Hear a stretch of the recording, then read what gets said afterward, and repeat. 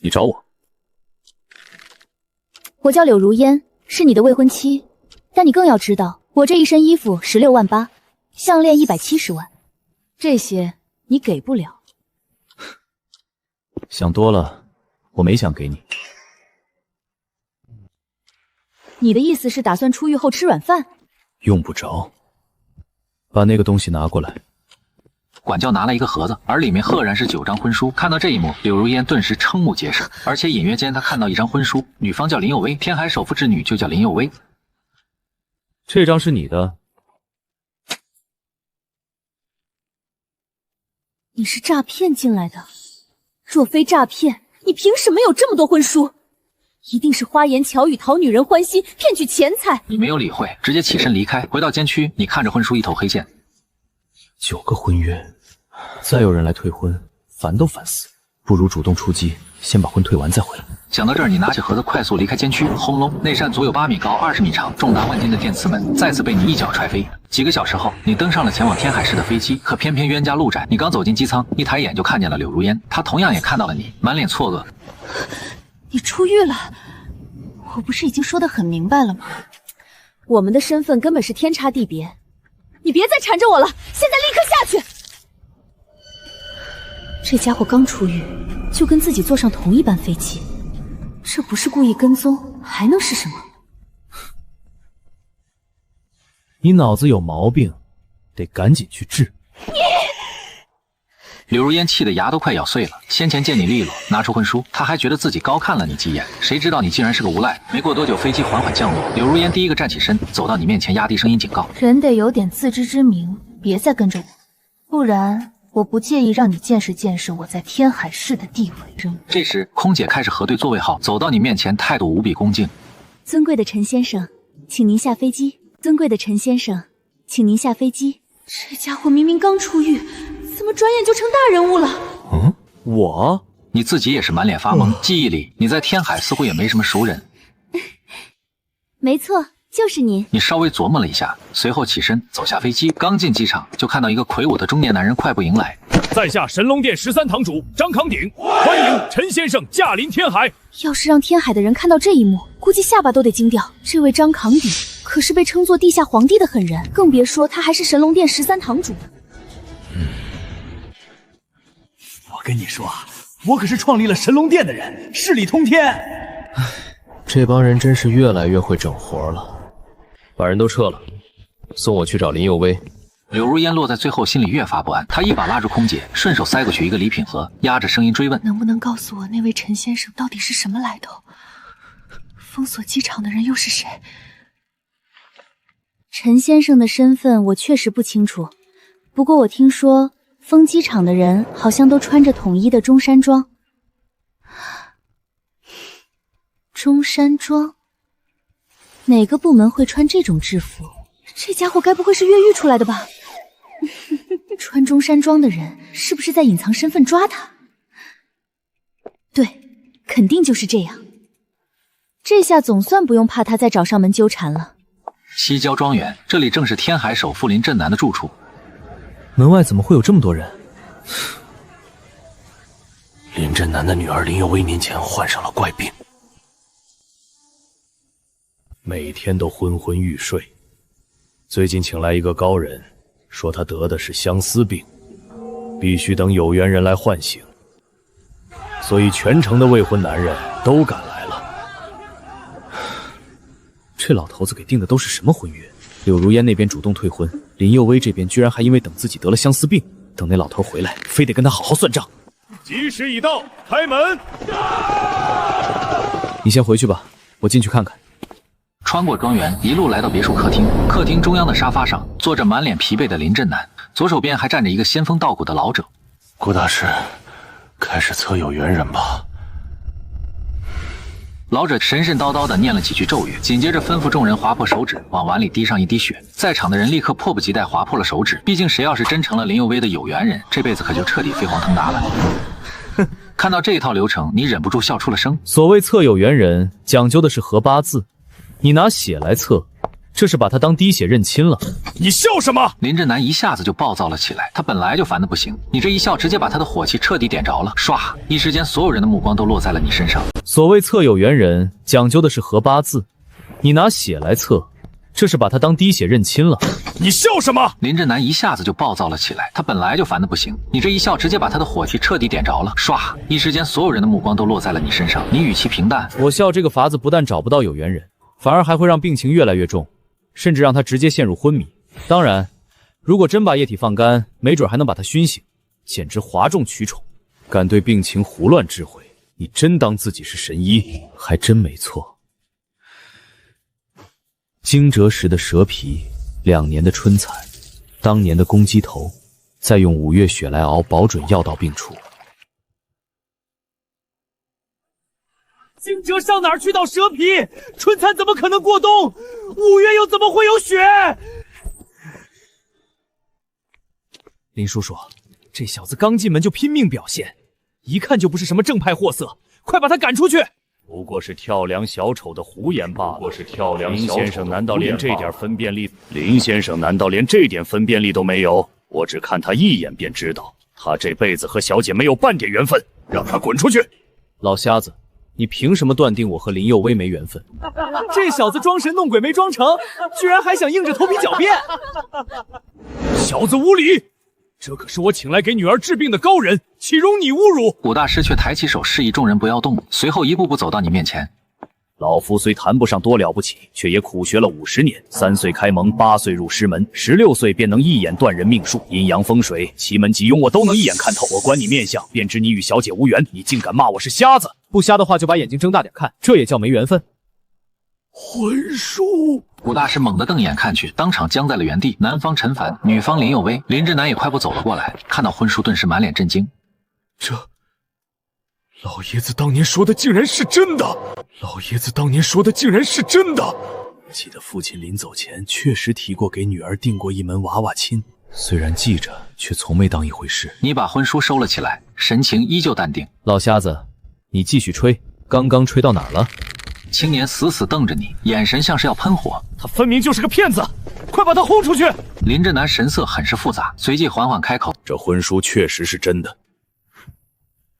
虽然这门婚事是我们林家定下的，但如今时代变了，婚事还是得看佑威自己的意思。你先滴血吧，等佑威醒过来再说。不必测了，我这次来就是退婚的。婚书你自己收着，我先走了。那张药方就当退婚的补偿，记得收好。连天海首富家的女婿都不要，也太狂了！整个大厅一下就炸了。林志南自然没把你的话当回事儿，转身就和古大师继续滴血测人。可一连测了快10个，林佑威还是没有醒来。到最后，林佑威甚至睡得更沉了。看到女儿这副模样，赵亚兰也急得不行。林志南猛地想起你刚才的话，快去找惊蛰时的蛇皮，2年的春蚕，当年的公鸡头，再用5月雪熬成汤药。没多久，药汤就端了上来，林志南亲手为林佑威喝下，才喝了2口，林佑威就缓缓睁开了眼。林志南激动得差点跳起来。快把陈凡请回来！另一边，你刚走出西郊庄园，就已经盯上了下一个退婚对象——顾云溪，地京人。不过你打算先找个地方填填肚子。路过一间半开着的包厢时，你余光随意一扫，里面有个人，正是柳如烟。怎么走到哪儿都能撞见他？不过你也懒得多想，直接在大厅里坐了下来。包厢里，柳如烟端起酒杯：“王总，这杯我敬您。希望这次原材料供应，您能优先考虑柳氏，我们一定把品质做到最好。”以后再说吧。柳如烟脸上的笑顿时一僵，心里越发着急。她才刚刚接手柳家，急着拿业绩来证明自己，而眼前这个人偏偏又至关重要。她试探着开口：“王总，您是不是有什么烦心事？只要我能帮上忙，绝不推辞。王总，您是不是有什么烦心事？只要我能帮上忙，绝不推辞。”你行啊，今天下午地京顾家的小姐要来天海。你要是能让我见他一面，别说这次合作，以后所有原材料都给柳氏。顾家那可是他根本够不到的存在，他上哪儿去找这种门路？顾家小姐一下飞机就封锁机场，这种排场咱们这辈子都见不着。是啊，那种层级的人物根本碰不到。听说顾家小姐长得跟天仙一样，真正的倾国倾城。柳如烟听着众人的议论，仔细回想了一下。王总，你们都弄错了。下午封机场不是因为顾家小姐到了，是为了抓逃犯。抓逃犯！众人全都愣住了。柳如烟点了点头，把机场发生的事原原本本说了一遍。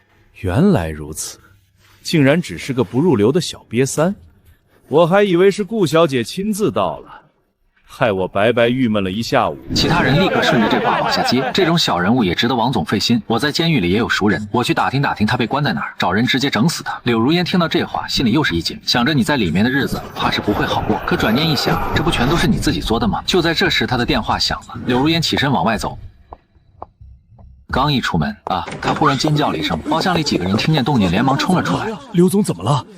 是不是哪儿不舒服？柳如烟像是根本没听见他们的话，两只眼睛直直盯着大厅角落。陈凡，他怎么会在这儿？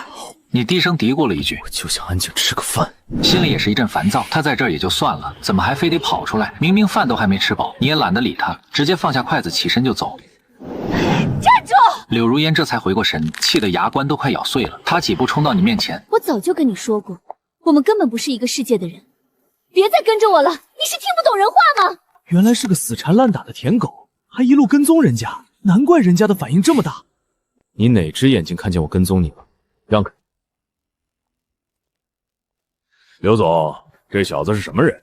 他就是我刚才说的那个在机场被抓的逃犯，谁知道他怎么又跑出来了？逃犯？这人竟然是逃犯！整个饭店瞬间安静的若真可闻。王总更是浑身发僵，跟逃犯动手，这不就是找死吗？你听他这么一说，心里也生出几分火气。不过见周围那些人也不敢嚣张，你也懒得多费口舌。站住！你必须答应我，以后都别再出现在我面前，不然今天你别想走出这个门。你倒是说说，打算怎么让我出不去？柳如烟被你看得后背发凉，脑子里猛地想起你是个罪犯，真要急了，你什么事儿都做得出来。可他绝对不能在这时候认输，今天要是服软了，以后还拿什么立足？于是他只能硬着头皮喊：今天要是服软了，以后还拿什么立足？于是他只能硬着头皮喊：刘总，快给你的巡捕朋友打电话！我可不认识什么巡捕，真不认识。这电话要是真打出去，还没等朋友赶到，只怕自己先被收拾了。傻子才会打。张总，你不是在监狱里认识很多朋友吗？没准就有他老大。万一自己说出来的人刚好是这位大神的死对头呢？不认识，我一个朋友都没有。柳如烟脸上瞬间火辣辣的，目光在众人脸上一一扫过，眼底满是求助。可在场的人全都躲开了他的视线，让他们帮忙对付一个逃犯，谁敢呀？他还是不死心，最后把全部希望都压在王总身上。毕竟在场的人里，就属他最有能耐。王总心里已经把他骂了个狗血淋头，可脸上还得硬挤出一抹笑，那笑比哭还要难看。小兄弟，刚出来，正准备找活干吧？我这边正好有个差事，月薪5000起步，要不要考虑一下5000。监狱里那些人为了少挨我一拳，起步都得拿出100万。随后你语气淡淡：“滚！”王总几个人的脸一下涨得通红。柳如烟一看这场面，顿时咬着牙冲你怒吼：“你装什么呢？别以为光脚的不怕穿鞋的，这可是现实，不是小说。今天我先放你一马，但下次要是再让我撞见你，我一定让你后悔一辈子。”你想让谁后悔一辈子？众人齐齐回头看去，只见一个老者带着6名保镖，迈着大步走了进来。王总几人刚看清那老头，瞬间吓得浑身发颤。来的正是守福林镇南身边的管家福伯。王总立马堆满笑脸迎了上去。福伯，你怎么亲自来了？福伯连眼皮都懒得抬一下，直接走到你面前，深深弯腰：“陈先生，让您受委屈了，这里交给我来处理就好。敢威胁林先生的贵客，简直找死！”柳如烟整个人都僵住了，像是被雷劈中一样。王总几人的眼珠子都快瞪出来了，这小子居然是首富家的座上宾！立刻跪下给陈先生道歉，不然我让你柳家在天海彻底除名！算了，看在当初是你主动退婚的份上，我给你留一次机会。找我回去做什么？林先生想请您回去一趟。你想了想，反正今天一时半会儿也走不成，那就回去看看。你不是说他是逃犯吗？那他怎么又成了首富的贵客？要是我们因此被人报复，我绝对不会放过你！拿我们当猴耍呢！柳如烟一时间百口莫辩，脑子里彻底一片空白。他怎么都想不明白，你为什么会摇身一变成了首富贵客？就在这时，王总忽然变了脸。刘总啊，咱们合作的事儿当然没问题。不过你得请陈先生来当这个中间人。西郊庄园内，林振南满脸红光。有位，这位就是你的未婚夫陈凡。他不是。爸，我说过这辈子不会嫁人，你别逼我。巧了，我也没打算娶。林震南的脸色顿时难看得像吞了苍蝇。小凡啊，你爸妈是做什么的呀？我没有父母，从小就是被师傅带大的。师傅出门远游3年了，还没回来，所以这次是我自己过来的。无父无母，我还以为他是什么大家族出来的。那你这3年都是怎么过的？3年前你为什么没来找我们？师傅让我在监狱里等他。监狱里出来的，能有什么好人？他也配？佑薇啊，你生病的这1年，徐宝石可没少来陪着你，以后你可得对人家好一点儿。老公，最近帝京顾家的小姐要来天海投资，你得提前多做准备，争取搭上顾家这条线。走，去书房商量准备吧。林震南当然明白妻子的意思，他这是想亲自来做这个恶人，把陈凡从这里赶出去。原本还以为陈凡来头不小，可更让你意外的是，居然会这么巧。你试探着开口：“赵阿姨，帝京顾家的那位小姐是不是叫顾云溪？”赵亚兰像夺瘟神一样，连忙往后退了2步。这跟你有什么关系？再叫我，我跟你不熟。听到这话，你皱了皱眉，果然不管多大年纪的女人都一样善变。这里是100万，立刻拿上滚蛋！以后别再让我听到半句你和林家有关的传言。你瞥了眼银行卡，突然就笑了，脑海里闪过师傅说过的话：常与同好争高下，莫与傻狗论短长。是我跟你们林家没有关系。还有，穷本来不是你们的错，可穷到不自知，那就是你们的错。这100万你留着吧，赏给你了。你直接起身离开，可才走出去几步，天空猛地炸开一道闷雷，外头瞬间下起了瓢泼大雨。赵亚兰气得脸都白了，指甲深深掐进掌心里。她可是天海市首富的夫人，竟然还有人敢说她穷。要不是顾及你坐过牢，还一身戾气，她非得亲手抽你2巴掌不可。给你10分钟，滚出我家，不然我就叫保安把你丢出去。你懒得回应，摸出手机拨通了张扛鼎的号码，叫他过来接你。就在这时，楼梯那边传来动静。林震南一脸尴尬的下了楼，他是真怕妻子把你彻底惹毛。身为首富，犯不着跟这种小瘪三正面硬碰，沾上你也恶心。于是他缓声开口：“小凡，这就要走啊？外面雨下得这么大，要不我让福伯安排车送你？”不行，就他这种蹲过大牢的混混，能认识什么像样的朋友？别把我们家的车给弄脏了。老爷，张扛鼎先生已经到门口了。张扛鼎来的可真巧。你那朋友说不定还真认识他呢。陈凡这个刚出狱的小瘪三，竟然还喊狱友来接。放眼整个天海市，坐过牢的有几个不是张扛鼎手底下的人？等你那朋友一来，看到张扛鼎，只怕当场就得下软腿。你只是冷冷一笑。听见这声冷笑，赵亚兰气得直咬牙，林震南脸色也沉了下来。这小子实在太狂了，待会儿非让张扛鼎好好收拾他不可。正这么想着，福伯已经把张扛鼎请了进来。林震南立即惨笑着迎上去。欢迎张扛鼎先生大驾光临。张扛鼎也面带笑容，刚抬起双手准备抱拳回礼。不用搭理他们，我看着就恶心。赶紧开车，我1秒都不想在这儿多待。这话一出，林震南和赵亚兰全都愣住了。这种场面哪轮得到你插嘴？而且你说的又是什么鬼话？两人刚要发作，张扛鼎却吓得浑身一颤，立刻撑开伞在前面引路。是小的知错了，陈先生这边请。林震南和赵亚兰直接僵在原地，脑子里像是炸开一阵阵闷雷。张扛鼎居然是来接陈凡的，这位地下皇帝竟在陈凡面前自称小的。老公，陈凡到底是干什么的？赵亚兰惊恐地问。一想到自己刚才对你的态度，她就后背发寒。我也不知道。林震南崩溃道，刚才的一幕简直颠覆认知。大名鼎鼎的张龙王什么时候对人这么恭敬过？两人彼此对视了一眼，随即快步冲向林有为的房间。坐进车里后，张扛鼎小心翼翼地看着你。要不要动林家？随你。你漫不经心地看向窗外，顺手给典狱长发了条要房子的信息。很快对方就回了消息。典狱长发过来的手机信息：监狱里那个号称打工皇帝的经济犯在天海有套别墅叫云顶天宫，听说那还是天海最顶级的别墅。经济犯。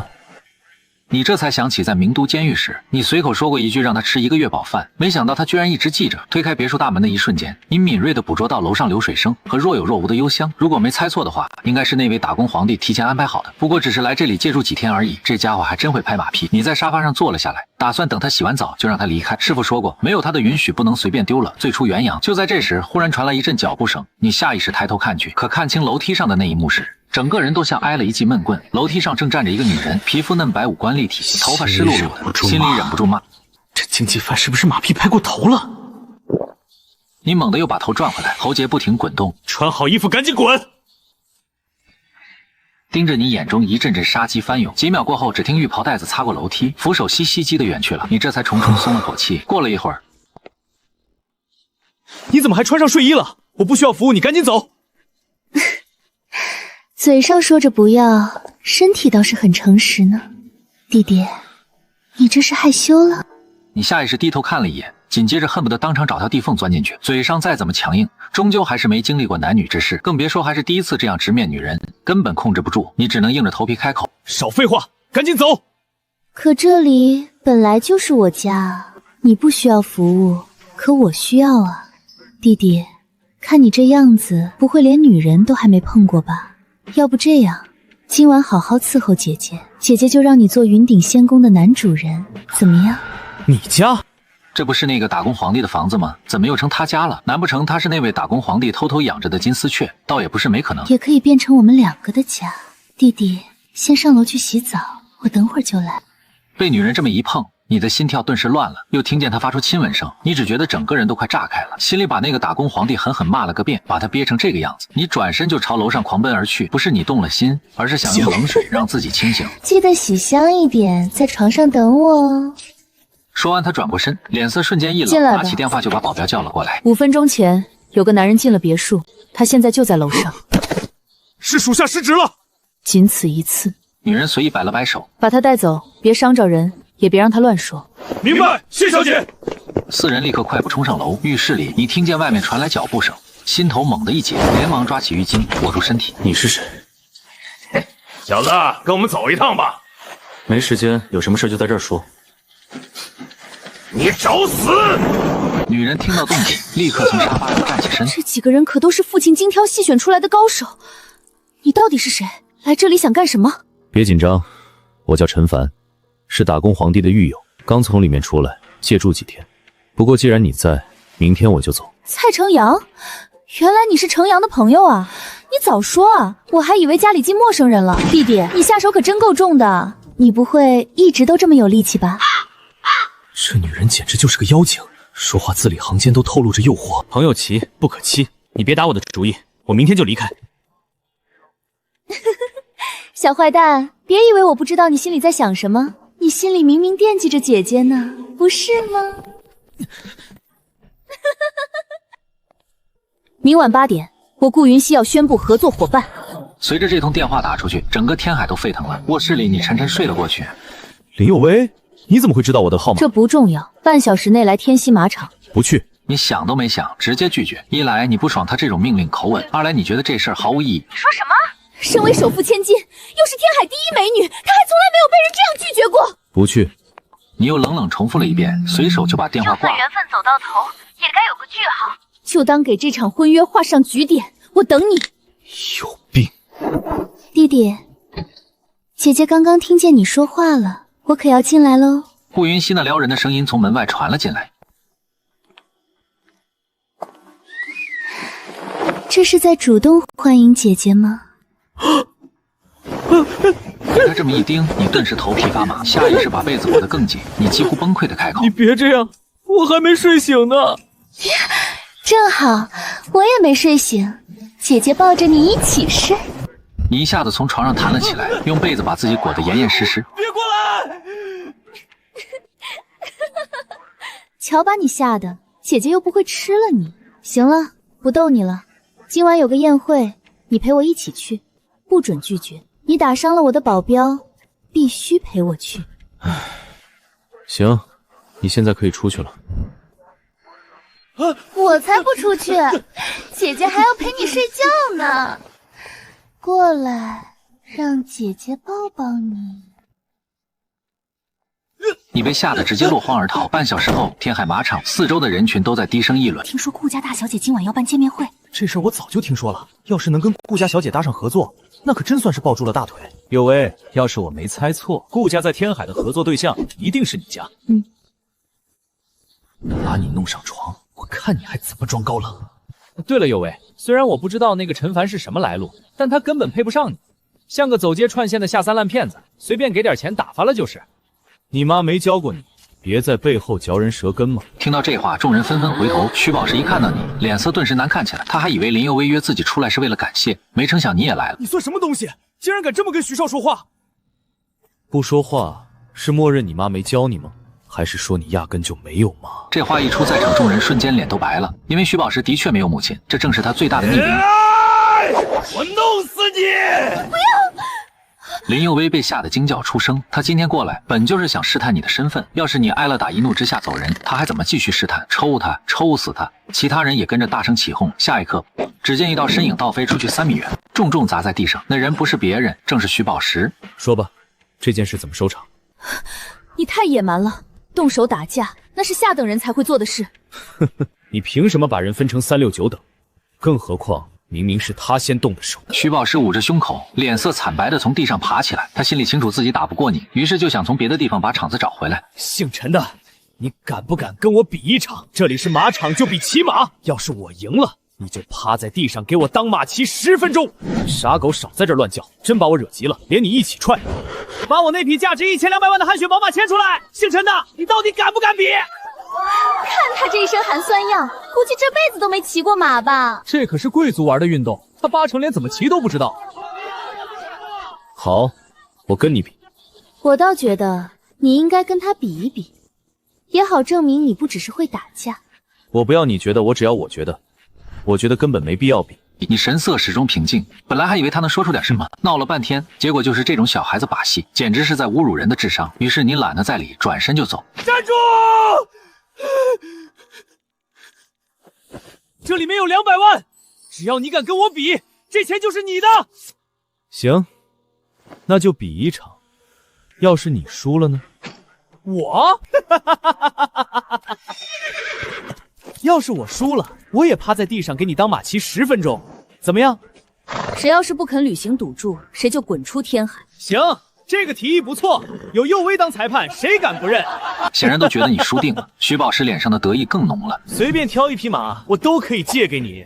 不用，我更喜欢直接把赌注兑现。直接兑现赌注，这是打算认输了吗？哼，昨天还听说他连100万都肯要，挺有骨气。闹了半天，原来是嫌钱太少。就在这时，那匹汗血宝马发出一声长嘶。这匹马他养了3年，早就已经驯服了。给我停下！老子还要比赛！可他越是抽打，那匹马反而跳得越凶。见到这一幕，你嘴角微微扬起。这些年，你跟着师傅在山里骑的都是老虎黑熊，区区骑马根本就是小菜一碟。这时，你又弹了一个响指，听到这声音，那匹汗血宝马顿时跳得更疯了。举手！更让他们震惊的一幕就出现了，那匹汗血宝马竟然朝着徐宝石走了过去，前腿一弯，直接骑到了他身上。向来都只有人骑马，可现在居然变成了马骑人。你搞的鬼！你猜？我懒得骑它，就让马替我来。裁判，记住，是10分钟，给我看清楚了。说完，你转身就走，众人全都目瞪口呆地看着这一幕，谁也没想到你居然还有这种本事。滚开！徐宝石怒吼着，拼命想把马推开，可这匹马足足2000多斤，他根本推不动。他躺在地上看着你越走越远，心里的怒火疯狂翻涌。你给我回来！比赛还没开始呢！林佑威咬了咬牙，神色复杂的开口：“他连你的马都能控制，这场赌局你已经输了。”话刚说完，他脸上竟浮起一抹绯红，随后急匆匆的转身离开。一个个全都看傻了眼，这马居然对徐宝石有兴趣。另一边，你已经走出了天海马场，迎面看到一个人走了过来。等一下！柳如烟红着脸喊住了你。昨天听了王总那番话后，他觉得这是个机会。我在里面，你在外面，难不成这次又是我跟踪你来马场？这次是我专门来找你，我有事想求你帮忙。他从来没想过自己居然也会有求你的一天。没空。这里面有20万，跟我去一趟。虽然你现在骗住了林佑威，可总有一天他会清醒过来把你踹掉。你还是该替自己的以后打算打算。听到这话，你顿时哑然失笑。这里的人怎么一个个都喜欢拿钱砸人？于是你顺手把刚才徐宝石那张卡丢了过去，这里面有200万，拿着钱离我远一点。200万！紧接着他整个人都快气炸了。我不婚约，这次就当我求你，只要你肯帮我，除了退婚时答应帮你的3次之外，我额外再帮你3次，算我求你。你微微皱起了眉，下意识打量了一下他的气色，看着也不像得了绝症，顶多就是有点月经不调。就看在婚约的情分上，帮我这一次，你只要陪我去见王总就行。原来只是去见个人，行吧，就这一次，下不为例。好，我的车停在这边。柳如烟顿时喜出望外，连忙走到玛莎拉蒂前，像司机一样替你拉开车门。林有为也从马场里追了出来，他还想弄清楚你的真实身份。怎么样，查清楚了吗？电话那头，林振南的声音很是急切。他应该没什么身份，为了200万，他又折返回来了。随后他把刚才发生的经过全都说了一遍。西郊庄园里，我还以为他背景有多深，结果为了区区200万就能回头比赛，闹了半天，昨天不过是嫌我给的太少。赵亚兰越想越觉得可笑。如果不出意外，他应该是在监狱里认识了张龙王，又或者曾经救过张龙王，根本没多大本事。原本还想着靠他拿下今晚和顾家的合作，现在看来只能靠我们自己了。可林震南却并不这么认为，能让张龙王低头臣服，恐怕不只是人情这么简单。与其在这瞎猜，不如直接去问张龙王。他想到这里，直接拨通了张扛鼎的电话。张龙王，我是林震南，实在抱歉打扰您了。什么事？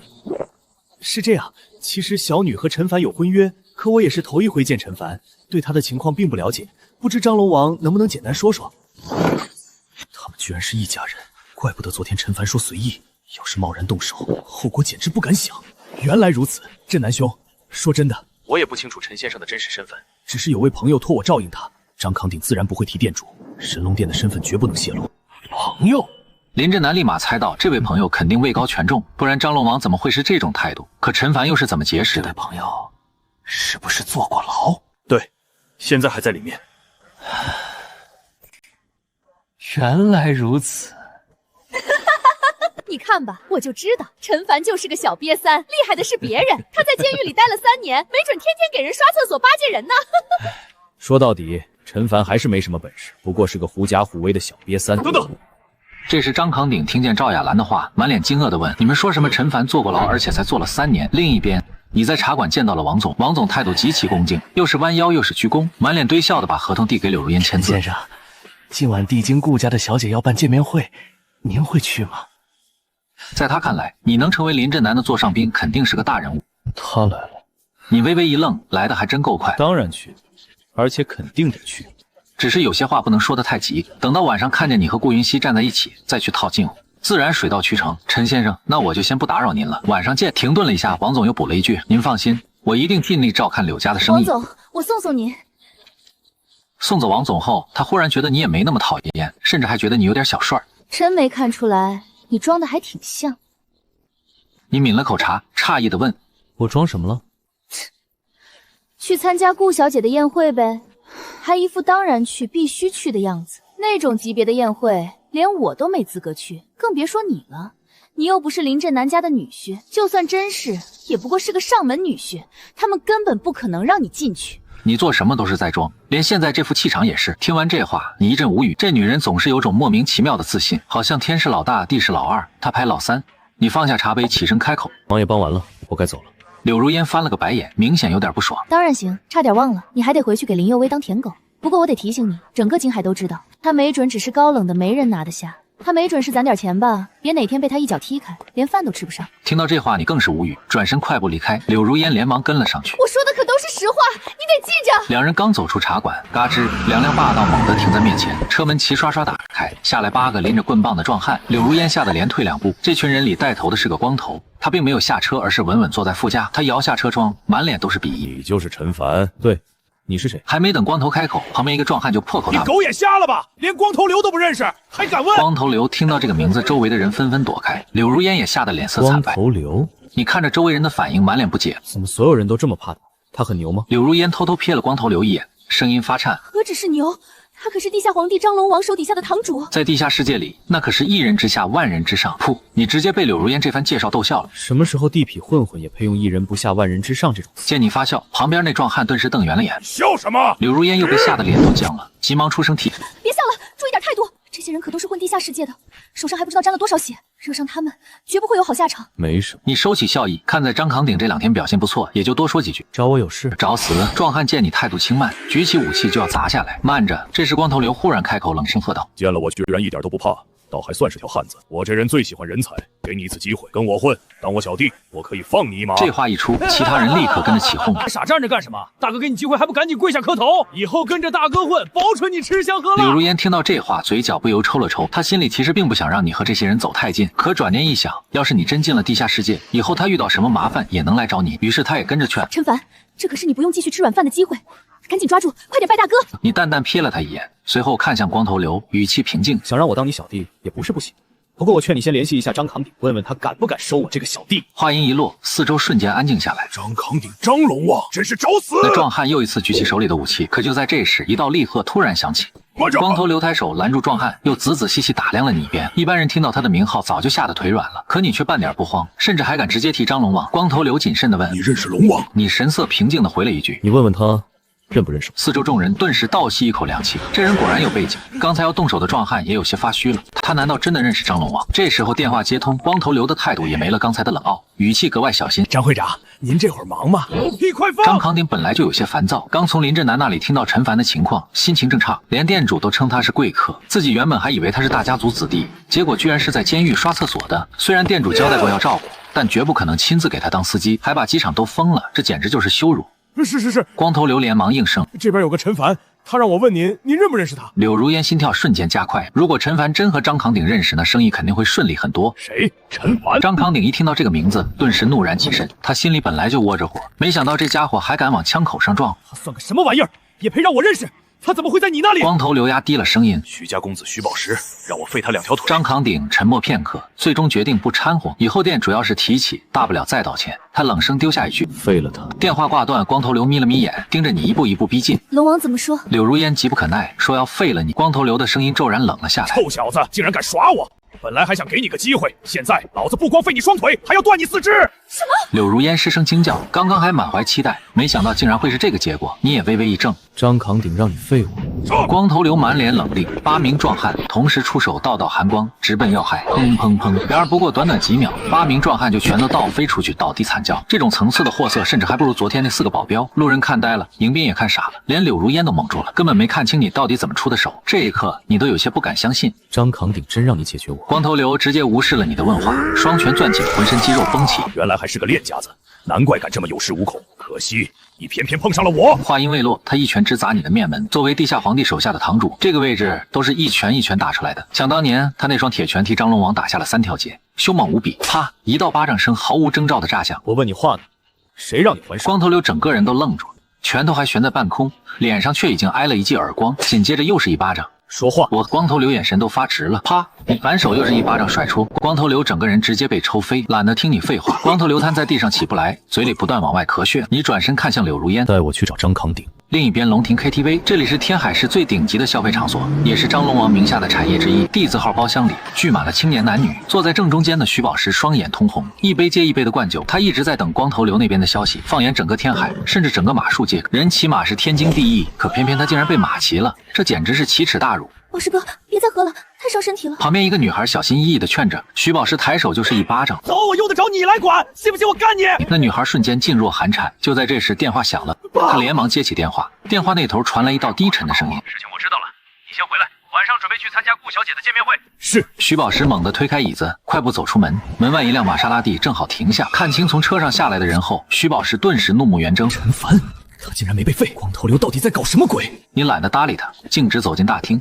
徐宝石死攥着拳头，恨不得冲上去拼命。可他也知道自己根本不是对手。这时他的目光扫到了下车的柳如烟，顿时眼前一亮，立马换上了一副笑脸。美女你好，你是陈凡的朋友吗？我叫徐宝石，天龙集团董事长徐天龙就是我爸，不知道能不能认识一下。这身份一亮出来，柳如烟都愣了一下，随即激动回应：徐公子您好，久仰大名，我是柳氏集团总裁柳如烟，很高兴认识你。这时你已经来到楼上，看到天字号包厢门口站着2名保镖，不出意外的话，张扛鼎就在里。你刚准备靠近，站住！保镖突然冷冷开口：“你是什么人？”我叫陈凡。保镖听到这个名字，隐隐觉得有些耳熟，上下扫了你一眼后开口：“等着。”随后转身进包厢汇报。包厢里张扛鼎正在中间放声高歌，见保镖进来，不耐烦地问：“什么事儿？”龙王，门外有个叫陈凡的人来找您。陈凡？怎么又是他？张扛鼎的脸色瞬间阴沉下来。光头刘到底怎么办事的？明明让他废掉陈凡，居然还让人跑了，甚至找到了这里，让他滚蛋，就说我不在。明白。可就在保镖转身的时候，房门忽然被推开，你直接迈步走了进来。保镖当场厉声呵斥：“让你在门外等着，谁准你进来的？”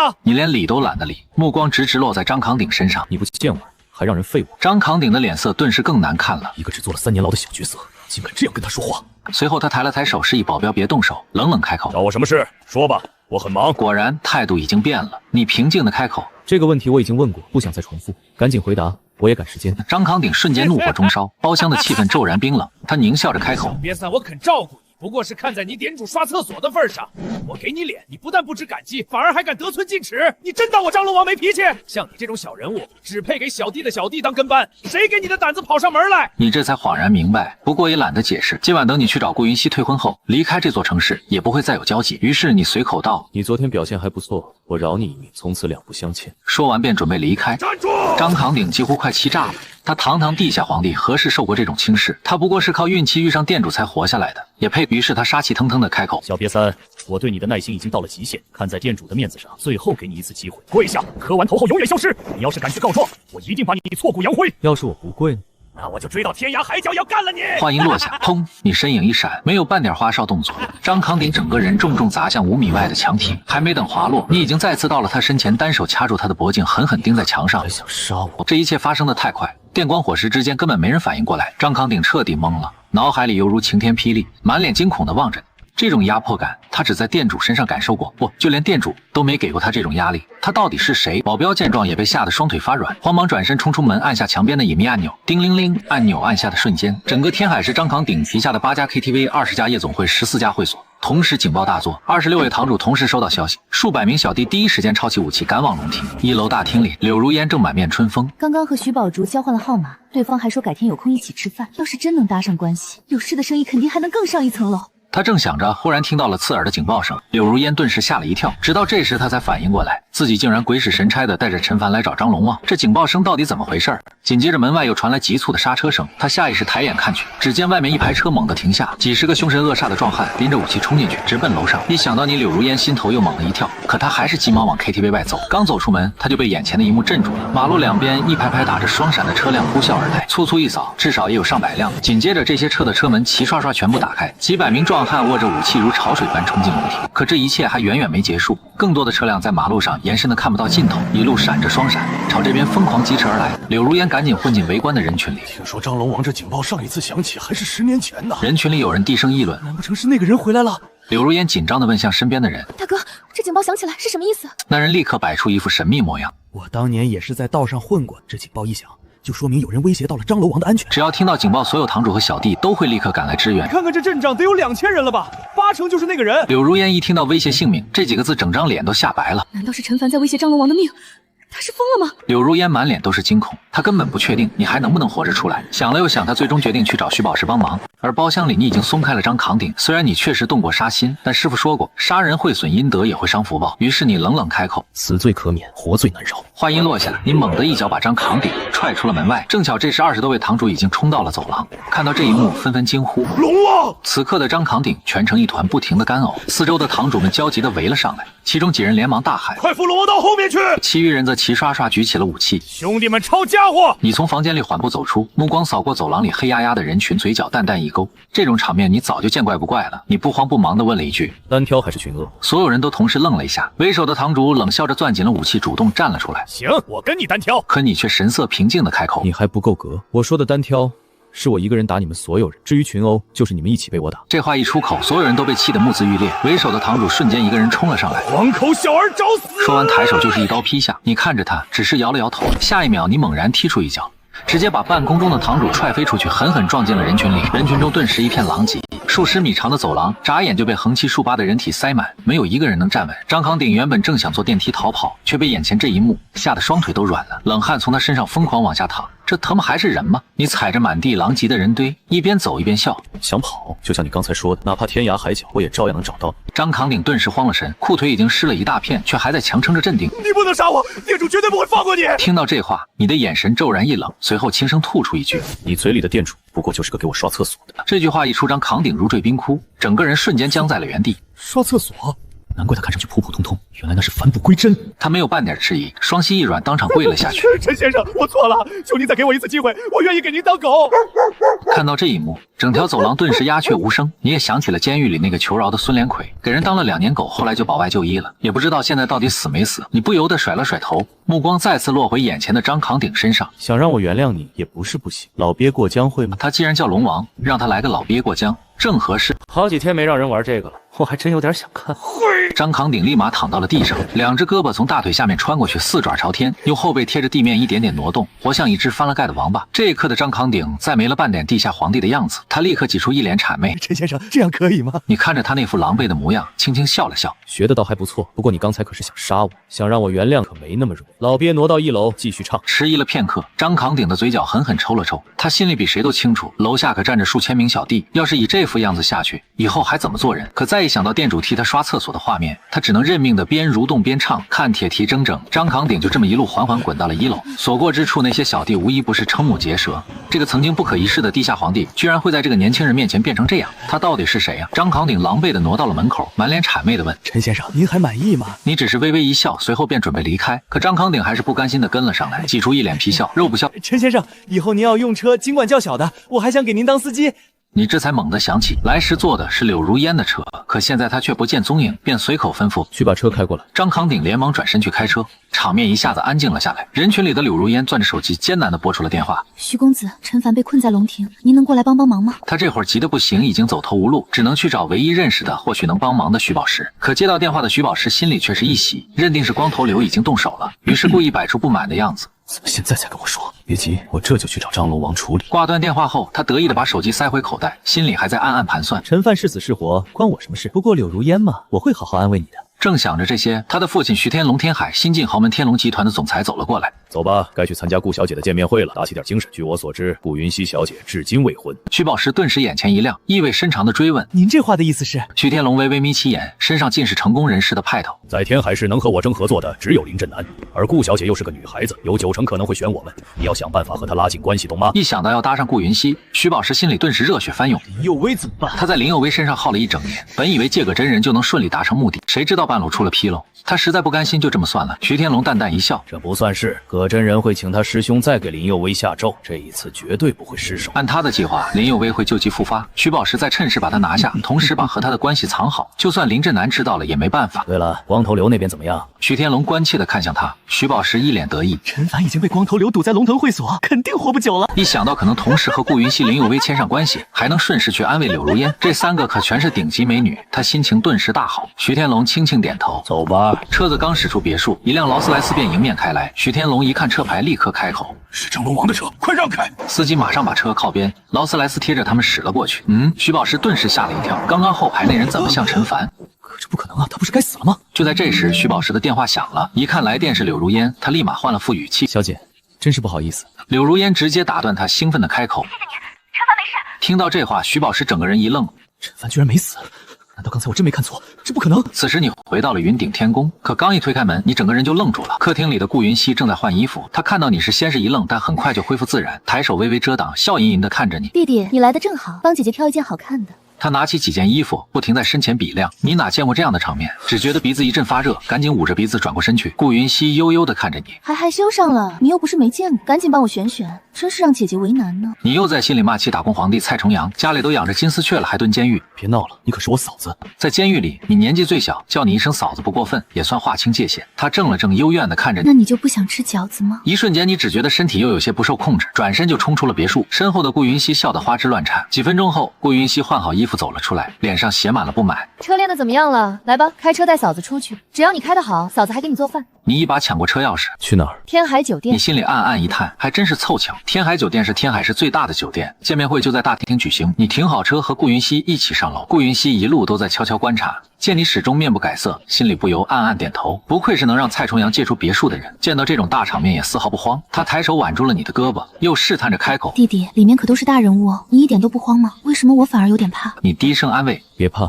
有我在，没人敢碰。”今晚你来这里，除了陪他，也是为了退婚。在退婚之前，你也还算是男主人。顾云溪眨了眨眼，瞬间像是成了你的小迷妹。弟弟，你也太有男人味儿了！听完你这句话，我突然就想一直靠着你，脚都挪不动了呢。你顿时又是一脸黑线。忽然宴会厅里传来一声怒吼，陈凡！你的脸色瞬间沉了下来。一道人影气势汹汹地冲了过来，来的不是别人，正是和柳如烟合作的王总。咬着牙开口：“你这个骗子，一个犯人竟然也敢跑到这里撒野！老子之前还真以为你是什么大人物，原来你就是个刚出狱的毛贼！”他刚才去给林震南敬酒，顺带提起了你，谁知道林震南当场脸色冰冷，还嫌提到你都恶心，顺口点破了你刚从监狱出来的事儿。弟弟，你好像碰上仇家了。顾云溪小声提醒了一句，你微微皱起眉，看着王总走来，心里一阵不爽。说话小声点，太震耳朵了。对你这种败菜，我还用得着小声？我就是要大声说，让所有人都听清。各位，就是这个骗子，坑了我几千万的合同，还把自己吹成了大人物。要是我没猜错，他今晚过来就是想继续行骗。众人顿时议论纷纷，这种骗子是怎么混进来的？看他这身打扮普普通通，一看就是社会底层。王总，说话得讲证据，我到底怎么骗你？王总嘴角顿时一抽，要证据他还真拿不出来。可转念一想，真要找证据也不难。以你的身份，根本没资格进这里。邀请函呢？拿出来。至于你身边的顾云熙，则被他直接无视了。骗子最会哄骗女人，带个美女来撑场面，反而更方便行骗。没有，你不卑不亢的开口。不过我不是来参加见面会的，我是来找顾云熙的。这话一出，现场顿时一片愕然，紧接着就是一阵哄堂大笑。一个无名小卒，居然也敢说要找顾云熙，简直岂有此理！他分明是只知道顾小姐来了天海，想趁机捞一笔。远处的赵雅兰冷笑，林震南则只是摇了摇头。一个刚从监狱出来的人，神志不清，倒也不奇怪。昨天你口出狂言时，他就觉得不对劲儿，现在看来果然是脑子出了问题。林有为一身晚礼服，冷冷地站在一旁。这位天海第一美女，此刻透着一种高高在上的冷艳。震南兄，这就是你未来的女婿，看着也不怎么样啊。徐天龙笑着揶揄，林震南连忙撇清。徐兄，这话可不能乱说，我们林家和他毫无关系。徐天龙心照不宣的一笑，又瞥了眼身边的徐宝石，儿子，你的机会可不小啊！此刻在门口，王总笑得前仰后合。就凭你也配碰到顾小姐？你知不知道顾小姐可是帝京来的名门千金，也不照照镜子看看自己算个什么东西？这一番话顿时又惹来一阵哄笑。顾云熙也有些意外，他居然是冲着自己来的。他想了想，多半是蔡重阳介绍来的，毕竟刚出狱的人找工作本就不容易。你脸色一沉，语气也冷了下来。把顾云熙叫出来，当面核实。还有，你要是再想，我不介意让你这辈子都合不上嘴。王总对上你的眼神，竟像是被恶鬼给盯上了一样，只觉阵阵发寒，一时之间竟没敢再开口。哗众取宠！宴会厅里，徐宝石猛地一声暴喝。他虽然不知道你为什么还会在这里，但负命在身，接近顾云熙才是当务之急。他当场便出声讥讽：姓陈的，昨晚你在林叔叔家里冒充和佑熙订婚，今天又跑到这里来出丑，你还真是不知死活。会吧？订婚？林有为怎么可能看得上这种？所有人的目光都落在林震南身上，他气得牙关紧咬，随即冷声回应：你们在胡说什么？这小子假冒高人给我女儿看病，还拿出一纸婚书，我当场就把他赶了出去。他就是个骗子，而且还是刚从监狱里出来的。这种人什么事儿做不出来，骗婚也没什么稀奇。保安，赶紧把他轰出去！见状，你只是冷冷一笑，这家子还真够忘恩负义。不用赶他走，这里的事儿交给我处理。徐宝石微微一笑，他怎么可能轻易放过你这块现成的垫脚石？姓陈的，现在大家都知道你是个骗子，我太清楚你这种人有多贪心了。说吧，你要怎样才肯从顾小姐眼前走开？我可以替顾小姐答应。在场众人顿时心领神会，徐宝石这是想借机讨顾小姐欢心。这时候，顾云熙终于忍不住开口：你有什么资格替顾小姐做主？徐宝石下意识朝顾云熙看去，当场就看呆了。为什么陈凡身边的女人一个比一个惊艳？不行，我一定要把她也弄到床上。当然有，我既是天龙集团的继承人，也是顾小姐亲自邀请来的贵宾，我不配？难道你这个贱女人就配？听到这话，顾云熙脸色一沉，可还没等他开口，给他道歉。空气里瞬间弥漫起浓浓的火药味。徐宝石不屑地扭头看向你，说什么？谁给你的胆子让我向他道歉？他也配？你又配？跪下磕头道歉！徐宝石顿时被掐得喘不过气，脸上满是惊骇。他做梦都没想到，你竟敢在这种地方动手！死亡的阴影一下子笼罩在他心头。许天龙第一个回过神来，放开我儿子，不然老子灭你全家！立刻松手！你要是敢碰徐公子一根头发，你就死定了！可你像是根本没听见，手上的力道反而越来越重。这时林有为往前迈出一步。陈凡，你知道这里是什么地方吗？天海的权贵都在这里，还轮不到你放肆。你再不松手，就是和整个天海作对，也是和顾小姐作对。你想死吗？别说是和整个天海和顾小姐为敌，就算与全天下为敌，那又怎样？疯子，真是个疯子，难怪会进监狱。顾云熙的心莫名被你狠狠撞了一下，他咬着嘴唇看着你，他竟然会为了自己说出这种话。混蛋！赵雅兰气得火冒三丈，直接尖声叫了起来。为了一个女人，你居然敢顶撞我女儿？为什么不行？闭嘴！赵雅兰瞬间暴怒，你算个什么东西？也有资格跟我说话？我现在就让你知道，我到底有没有资格和任何人对话。我叫顾云熙。原来你就是顾云熙，我记住你了。什么？赵雅兰猛地回过神来，顾云熙，帝京顾家的大小姐。仅仅5个字，却像惊雷一样震得全场发懵。徐天龙和林震南额头顿时全是汗珠，林有为更是脸色苍白失神。你愣住，转过头去，脑中满是疑惑。他真的是顾云熙，不是蔡重阳圈养的金丝雀吗？顾云熙不再隐藏，迈步向前，冰冷地盯着赵雅兰。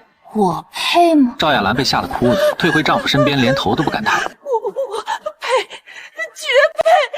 是我不配。顾云熙又转向所有人，谁敢让他死？王总甚至吓得瘫倒在地，众人纷纷离徐天龙和林震南远点。林震南顿时不知所措，虽是天海市首富，面对顾家却显得渺小。他怎么也没有想到，你身边的女人竟然是顾云熙。徐天龙眼看快哭出来，顾小姐，养不教父之过，一切都是我的错。顾云熙微微一笑，虽有家族撑腰，但也不想闹事。陈凡，松手吧，他不配脏了你手。这话让众人心跳加速，这两人到底是什么关系？这情景下你依旧镇静。他是顾云熙，那糟老头子定下的婚约都是什么玩意儿？第一位未婚妻退婚，第二位体弱多病，第三位居然是别人圈养的金丝雀。不知剩下6位有没有同样奇葩？徐宝石终于能喘口气，不再是高高在上的公子哥模样，趴地上不停干呕。徐天龙怒踹他2脚，你还有脸吐？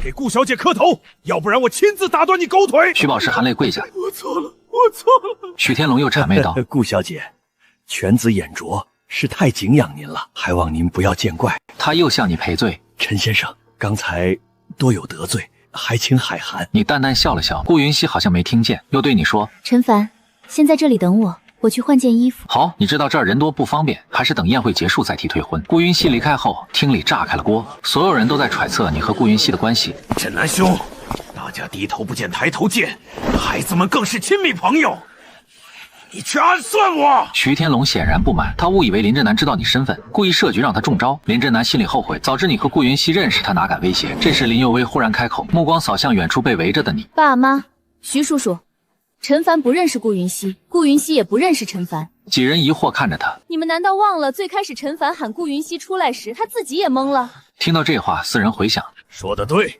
原来还是个小瘪三，可能是在门口偶遇顾小姐，真是走了狗屎运。徐宝石不甘心，咬牙切齿，要不是陈凡遇见顾云熙，今天肯定得跪着爬出去。误会一场。徐天龙尴尬笑了笑。这时，一众身份显赫的人走进宴会厅，每个都仪表不凡，全是省城的重量级人物，包括省城官员和战部指挥，连天海市世尊都只能跟在后面，全是来给顾云熙撑场面的。果然，他们一出现，见面会正式开始。灯光暗下，一束光照向舞台侧边，顾云熙穿着晚礼服走上台，冰肌玉骨，美得倾国倾城，看得所有人发呆。林有为偷偷瞥你，见你也看呆，心里更加不爽。大家晚上好，谢谢大家百忙中来参加我的见面会。就在昨天，我终于敲定了人选。他停顿一下，吊足全场胃口。他就是林震南不由挺起胸膛，徐天龙紧张屏息。其实他们还怕他选你，但听到优秀、睿智、出类拔萃这些词，就知道绝不可能是你。毕竟你刚从监狱出来，这些词和你没半点关系。顾云熙目光一扫，笑着看向林震南和徐天龙，这眼神让两人心潮澎湃。一定是我们，一定是我们！顾云熙继续说道：“他就是陈凡。”话音刚落，现场像石化，徐宝石傻了眼，徐天龙和林震南目瞪口呆，林有为感觉像失了什么东西。这怎么可能？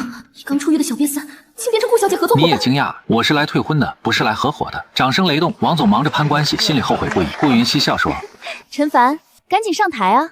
虽然被嘲讽过，但我相信你是块金子。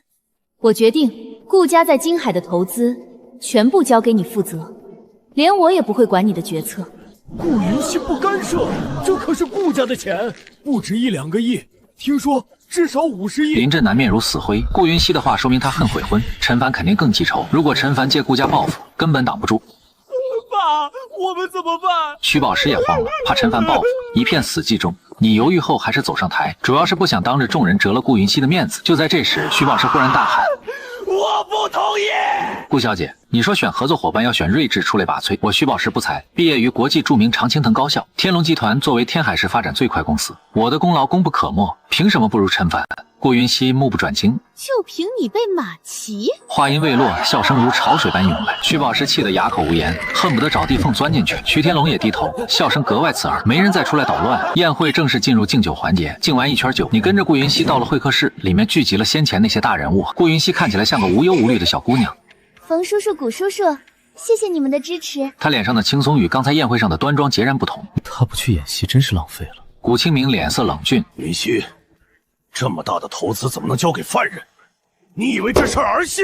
顾云熙脸色微微发红。谷叔叔，时代变了，浪子回头金不换。陈凡监狱里学到了真本事。别多说，小子，马上滚！别出现在云溪面前，不然就地解决你。冯把年紧接着开口：“我刚给你爸打过电话，没告诉他你会选犯人，赶紧让他走，别让你爸担心。”顾云熙显得急躁，知道父亲要是知道了这件事儿，可能立刻召他回去。这时你淡淡一笑，一个快死的人，一个生不如死的人，你们也配威胁我？你说什么？敢咒我死？冯伯年虽没开口，脸色却十分难看。顾云熙赶紧劝阻：陈凡，别胡说八道，你惹不起他们。我没乱说，至于是不是马上会验证。你转头看向古清明，轻笑道：知道自己还能活多久吗？黄口小儿！这时你伸出一只手，手指缓缓倒数4、3、2，随着最后一指落下，噗！现场所有人炸了锅，随后乱作一团。冯百年和顾云熙脸色惊恐。顾叔叔，快叫救护车啊！没用，等救护车来了，他早凉了。顿时众人目光齐刷刷盯着你，他们突然想到古清明的状况是你说出来，你是医生，你猜呢？能救古指挥使吗？你再猜。一旁天海师尊焦急怒吼：我命令你赶紧救古指挥！你算什么东西？你直言不讳骂回去，对方地位在你眼里根本一文不值。顾云熙这时走上前，神情真挚：陈凡，求你救救古叔叔！他的话让你心头一动，随即走上前开始急救。忽然，噗！古清明又喷一口鲜血。众人见状更急了，来人，把他抓起来！气氛霎时剑拔弩张。住手！小陈先生是在救我，刚才帮我排出淤血，是那口血堵住了我呼吸。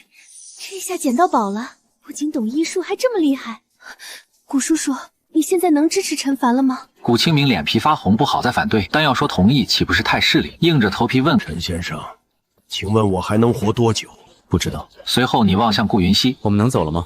我还有话要和你说。古清明被你这话噎得脸色一变，顾云熙也有些尴尬，不过更欣赏你不畏强权的态度，这才是他想找的人。旋即他试探地说道：你们先忙，我俩先走一步。这时冯百年站起身开口道：等等，我和你们一块走。随后三人便一同离开。陈凡，你怎么知道古叔叔会这样？冯百年耳朵也竖起来，你淡淡一笑：不是我知道，是我气的。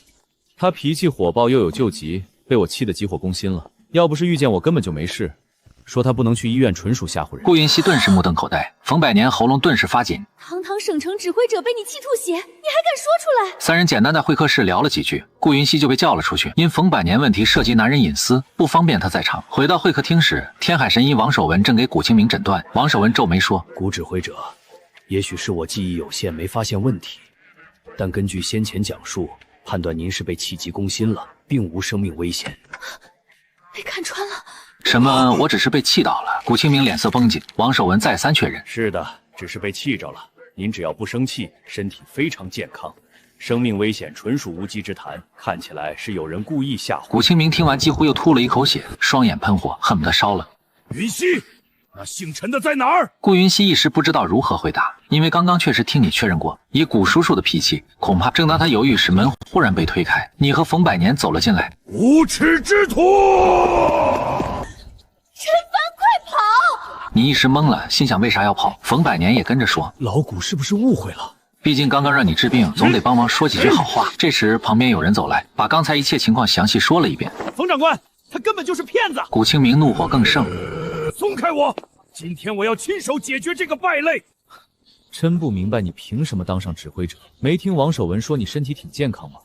你要谢谢。这话一出，古清明更是火冒三丈，其他人也纷纷怒火中烧。陈凡，别说了，赶快跑！你腹部曾受重伤，发火时会胸闷气短，心跳过快，还偶尔停顿。我说的对不对？古清明忽然不挣扎，脸上一片惊愕。鉴于他的身份，他的身体状况只有少数人知晓。陈凡怎么知道的？你又看向王守文。既然你作为神医也给他把过脉，请问他身体还有这些毛病吗？王守文下意识回答道：没有，古指挥使身体非常健康。听罢，你冷笑一声，转身离去，头也不回。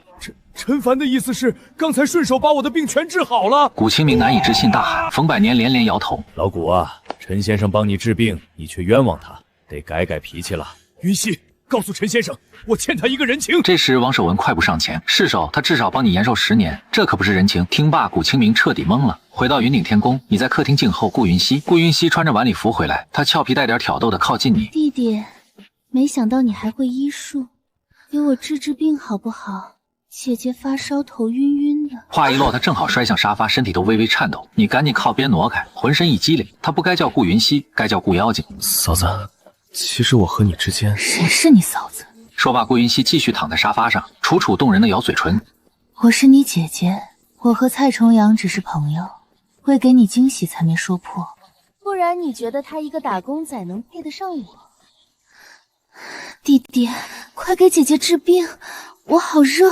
旋即你一愣，诧异开口问道：“你不是蔡朝阳的金丝雀吗？”说完这话，你当时就后悔了。既然她是顾家大小姐，怎么能被蔡重阳包养？顾云溪早知你会误会，也不感到意外，昂起头撒娇道：“姐姐只想当你的金丝雀，快给我治病，快！”听罢，你终于正眼看他。虽然看过无数次，但从未这样近距离端详过。精致的五官下是白皙脖颈，再往下瞧，你忍不住咽了口唾沫，清了清嗓子，一本正经：“先把手给我，号脉才准。”这时，顾云溪突然发出一阵悦耳笑声。哎呀，怎么回事？忽然觉得病好了？我想去洗澡了，要不我们一起，一边洗一边治病。你清晰感到血液加速流动，仿佛有什么东西快失控，还未来得及回应，顾云溪起身说道：“你不答就是拒绝了，姐姐好伤心。那我自己洗了，不许偷看哦。”话音刚落，他穿完礼服快步上楼。等他彻底走远，你才想起忘了说退婚。与此同时，关于顾云溪选你做合作伙伴的消息在天海沸沸扬扬，所有人都在打听你的背景。最后发现你刚出狱，众人大失所望，不少人还暗骂顾云溪眼瞎，但无人能改变结果。林振南和徐天龙连夜召开董事会，商量如何防备报复。其他公司也忙着想讨好你。柳如烟坐沙发上呆滞，脸色惨白，嘴里不断重复你的名字。不可能，他是林有薇的男友，怎么能和金枝玉叶的顾小姐扯上关系？肯定是重名。这个名字怎么这么熟悉？柳如烟父亲柳振宏走来，眉头紧皱。如烟，你未婚夫是不是叫陈凡？柳如烟被问一阵，赶紧稳定情绪。没错，婚书上写的名字确实是陈凡，只是不是这个陈凡。重名了。柳振宏并没多想。根据你爷爷的遗言，陈凡能给陈家带来百年繁盛，我很期待那天。这时柳如烟干笑：“爸，别期望太高，期望越大失望越大。说不定陈凡一无是处呢。”咚咚咚，敲门声响，一道身影跪在门口，不是别人，正是王总。王总哀求开口：“刘总，求你在陈凡面前帮我求情，说我错了，以后不敢了，让他别再针对我好不好？求求你！”柳如烟如遭晴天霹雳：“你什么意思？难道不知道吗？追你的陈凡已经成了顾小姐代言人，全负责顾家在天海的投资。”真的是他。柳如烟脑中嗡鸣，这到底是怎么回事？突然，柳振宏忽然想起什么，转头看向女儿：“追你的陈凡，难道是你未婚夫？”柳如烟被父亲看得慌张，汗流浃背，怎么也想不通，你一个刚出狱的家伙，怎么能成顾云溪的代言人？你怎么可能成顾云溪的代言人？第二天，你醒来洗漱完毕，走下楼，顾云溪正围着围裙忙碌着，桌上摆满了丰盛的早餐。听到动静，他坐下来：“快来吃早餐，吃饱了才有力气给姐姐治病。”我倒觉得你又发烧了呢。你心中忍不住吐槽，心里骂那老家伙不像话，为什么要说没有他的允许，不能失去最初原样？你坐在顾云溪对面，吃的先放一边。我有件事想说。你说。那双风情万种的大眼睛不停眨动，迎上你的目光，你一时不知道怎么开口，只好试探着问：“云溪姐，我听说你们大家族都得订婚，你也有未婚夫吧？”顾云溪没料到你会问这问题，脸色稍微有些变化，但很快恢复正常，微微一笑：“有是有，但我不想嫁。弟弟别怕，我的心早就给你了。就算我真的嫁人，咱们也偷偷摸摸在一起好不好？咱俩给他戴绿帽子。”你被噎得说不出来话，让我自己给自己戴绿帽子。你又试探问道：“我不是这个意思，是说你会不会跟未婚夫结婚？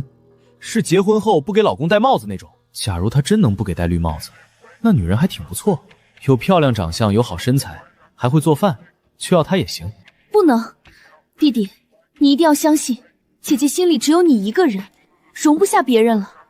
就算是老公也代替不了你的位置。你无语至极，这都说的什么话啊？要不直接摊牌算了。想了想，你决定不废话了，拿出婚书，嫁就嫁，不嫁就找下一个。这时房门忽然被推开，一名穿工作装、踩着高跟鞋的女人走进来，看向你的眼里满是不屑。小姐，注册文件和地址都准备好了，随时能开工。顾云溪正色道：“把文件给陈先生，他知道怎么处理。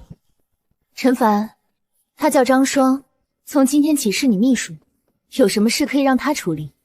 我不会做生意。”我同意是因为不想当面拒绝你，不如你另请高明，武术风水啥都学过，但这生意……你还挺清楚自己的水平。陈凡，你最好赶紧滚蛋，别等摔得一塌糊涂。我调查过你，除了做过几次一无所有。你这种人配和小姐在一起吗？张双！顾云溪喝止一声。小姐。张双毫不畏惧，委屈道：“你知道现在天海市都怎么议论你吗？说你识人不明，选了个只会坐牢的，他撑得起你的投资吗？闭嘴！顾云溪勃然大怒，我看人准，怎么用人我比你清楚。我看陈凡是潜力股，迟早让人刮目相看，你不许再对他说不。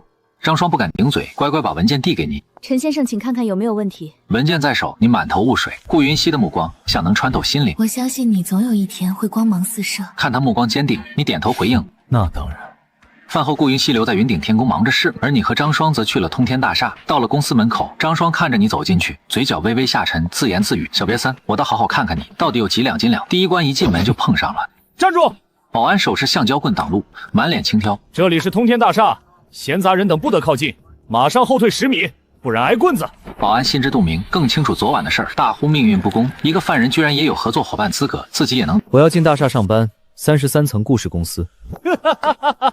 顾氏我知道，帝京顾家在天海刚成立的公司，董事长是顾云溪小姐。你算什么？撒泡尿照照你配吗？配去顾氏上班？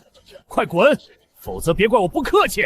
保安话音未落，你一脚踹飞。就一个保安，还以为守的是南天门，让你守门不是挡门，蠢狗。远处张双目瞪口呆，完全没想到你会这样粗暴地闯进去。他立刻停好车，赶到楼上，冲进总经理办公室，怒吼：“陈凡，听说你刚才打了保安，你知不知道你身份？你是老板，不是江湖打手，怎么能动手打人？”你靠着椅背淡淡回应：“你知道你身份吗？谁是老板？第一次不尊重我，警告你再犯扣半个月工资，第3次直接开除。”生意你不会做，扣工资开除还是会的。你张双怒目圆睁，心里骂小人得志，但忍住火气。我上来时听说安保部正找你算账，你处理不好，我会让小姐炒了你。哒哒哒，这时门外传来密集脚步声，安保制服人员冲进来，为首保安队长怒吼：“陈凡，滚出来！”声音震得人心烦意乱。张双眼中闪过一丝阴险，似笑非笑提醒：“陈先生，安保部来了，你可得好好应对。”眼里充满期待，你能打赢一个保安，能赢10个20个。你淡淡站起身，沉着冷静，问题总有解决的办法，然后走出办公室。门外几十名保安气势汹汹，队长怒目盯着你：“你就是陈凡，在楼下打了我的人，说吧，怎么赔偿？”其他保安跃跃欲试，你冷静注视队长：“第一，打人的是他，我没错，怎么赔偿？反倒是你们，不过是服务员工，工资来自我的租金，你凭啥在我面前放肆？3秒钟给我的员工道歉，然后滚蛋！”员工们屏息凝视，眼神充满期待，想看看你这靠运气上位的人怎么应对。看完这一幕，保安队长被气得笑了，上前一步鄙视：“你喜欢威胁别人？那好，我也给你3秒钟，给保安跪下认错，否则别怪我不客气。”道歉，跪下道歉，快点！几十名保安摆出随时动手的架势，张双心里暗自偷笑，又故意提醒：“陈先生，你不能跪，你代表的是顾氏和小姐形象，丢不起这个脸。”你神色冷静，继续说道：“你还有最后1秒钟。”保安队长轻蔑地向前走：“你也剩最后1秒钟，跪还是不跪？”话音未落，你如闪电般逼近，抬手重重拍他肩膀：“跪下！”砰！保安队长如泰山压顶，双膝不由自主跪地。见此情景，保安们集体失控，嘶吼起来：“打他！打死他，为队长报仇！”话音刚落，纷纷冲上前，仿佛把陈凡当成跳板。员工见状惊叫不断，张双嘴角浮出一抹笑意：“对方可是几十名保安，哼，他一会儿就得哭爹喊娘。”你在人群中如闪电扫夜，所过之处保安纷纷倒地如破。10几秒后，地上尽是呻吟的保安。张双愣住，这到底是什么怪物？跪倒的队长面色苍白，瑟瑟发抖。筹码翻倍了，所有人跪下道歉，否则每人废1条腿。你像是发布命令的说道。队长恐惧万分，求助似的看向张双。张双咬牙劝说：“陈先生，动武不是理智之举，事情一旦传开，损害顾氏声誉，以德服人才是真道理。”你说的对，以德服人，那就不用他们道歉。他们骂我，我打他们，两厢情愿。从今天起，顾氏退出大厦，另觅办公地点，免除事端。此言一出，保安们吓得不敢吭声。顾氏可是大客户，若搬走上面一定会查，若查出问题，大家都得被开除。陈先生，合同签了，租金付了，此时搬走要赔一大笔钱。我的意思是，这事不能闹大，私下处理妥当。张双咬牙劝说。张秘书说的有理，传开影响很大。我认识一个叫张龙王的人，专治不守秘密的人。不如交给他处理。话音刚落，你掏出手机似要打电话。张龙王队长心里突然一惊，吓得快哭了。那可是海莲地下皇帝，张龙王保守秘密的法子是把人套麻袋扔河里。不敢再等，他急忙认错。陈先生，我错了，求你别打电话，这一切不是我本意，都是他让我找麻烦，他想让你丢脸，灰溜溜离开顾氏。话一出，张双脸色大变。闭嘴！敢胡说，你想不想干活？队长绝望摇头，不要活也比丢命强。陈先生，他给我2万块，还有转账证据，你可以核实。你张双无言以对，脸色苍白。你慢慢看，他挑眉问：他说的对吗？事到如今，张双不再掩饰，坦白道：没错，是我策划的，因为你根本配不上这个位置。陈凡，有自知之明就自己走，别耽误故事发展，别让顾小姐成众矢之的，你配不上故事。话音刚落，员工和保安纷纷默默点头，其实也代表不少人的心声。整个天海市都传，一个土包子竟飞上枝头成凤凰，简直笑话。你没跟保安生气，却被张双的话气得不轻，随即低沉道：“你凭什么说我不配？”张双冷笑蔑视：“我就是知道，全天海的人都知道。”他步步紧逼：“那我问问你，公司未来怎么发展？规划是什么？预计1年投入和营收是多少？还有公司在天海市定位是什么？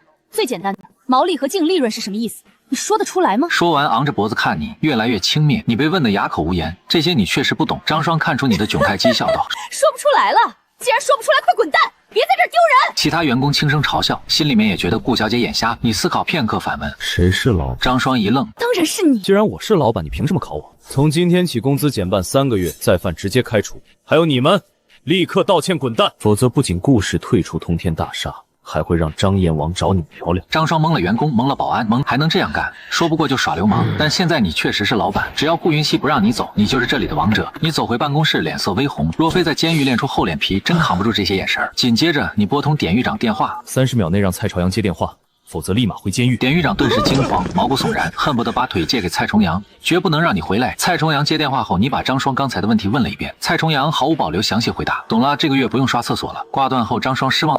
终于明白他怎么进的监狱，真是流氓。如今看来，只有让小姐失望，才能让他滚蛋。忽然他想到有土地拍卖，于是敲响房门。陈先生，市会议厅有个土地拍卖。与此同时，市会议厅异常热闹，天海知名地产商齐聚一堂。徐天龙跟首富林振南坐一起。徐天龙笑问：“振南兄，有为今天没去找陈凡，看来你已有打算。”林振南笑答：“徐兄明知故问。陈凡虽然长顾小姐资源，能力却差，无论怎么讨好顾小姐，都是短命的。小富即骄，太狂妄。”我刚接消息，他连毛利润、净利润都不懂。林振南笑得更开心了。这种3岁孩童都懂的东西，他竟然不会。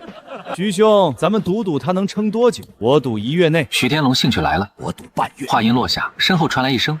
你们听过一句话吗？闲谈莫论人非。闻声他们齐齐看去，顿时愣住。你坐在他们身后，直接开口：“徐天龙是吧？你应该知道不能背后说人，要是不知道，建议你去看看你的儿子。”徐天龙气得火冒3丈，脸上的指印还没褪去。陈先生真是用心良苦，顾氏刚开业就来参加拍卖，看来是要在顾小姐面前做出一番成绩。你靠后一仰。当然了，男人要以事业为重。话音刚落，周围一片寂静，众人讥讽地盯着你。一个靠运气上位的小瘪三，也敢谈事业？徐天龙冷笑：“陈先生真是个真男人。不过你说以事业为重，不如先弄明白毛利润和净利润是什么吧。”这话一出，四周大笑起来。公司的事早已传开，被手下堵着问，只能靠耍流氓。你反问：“你怎么知道我不懂？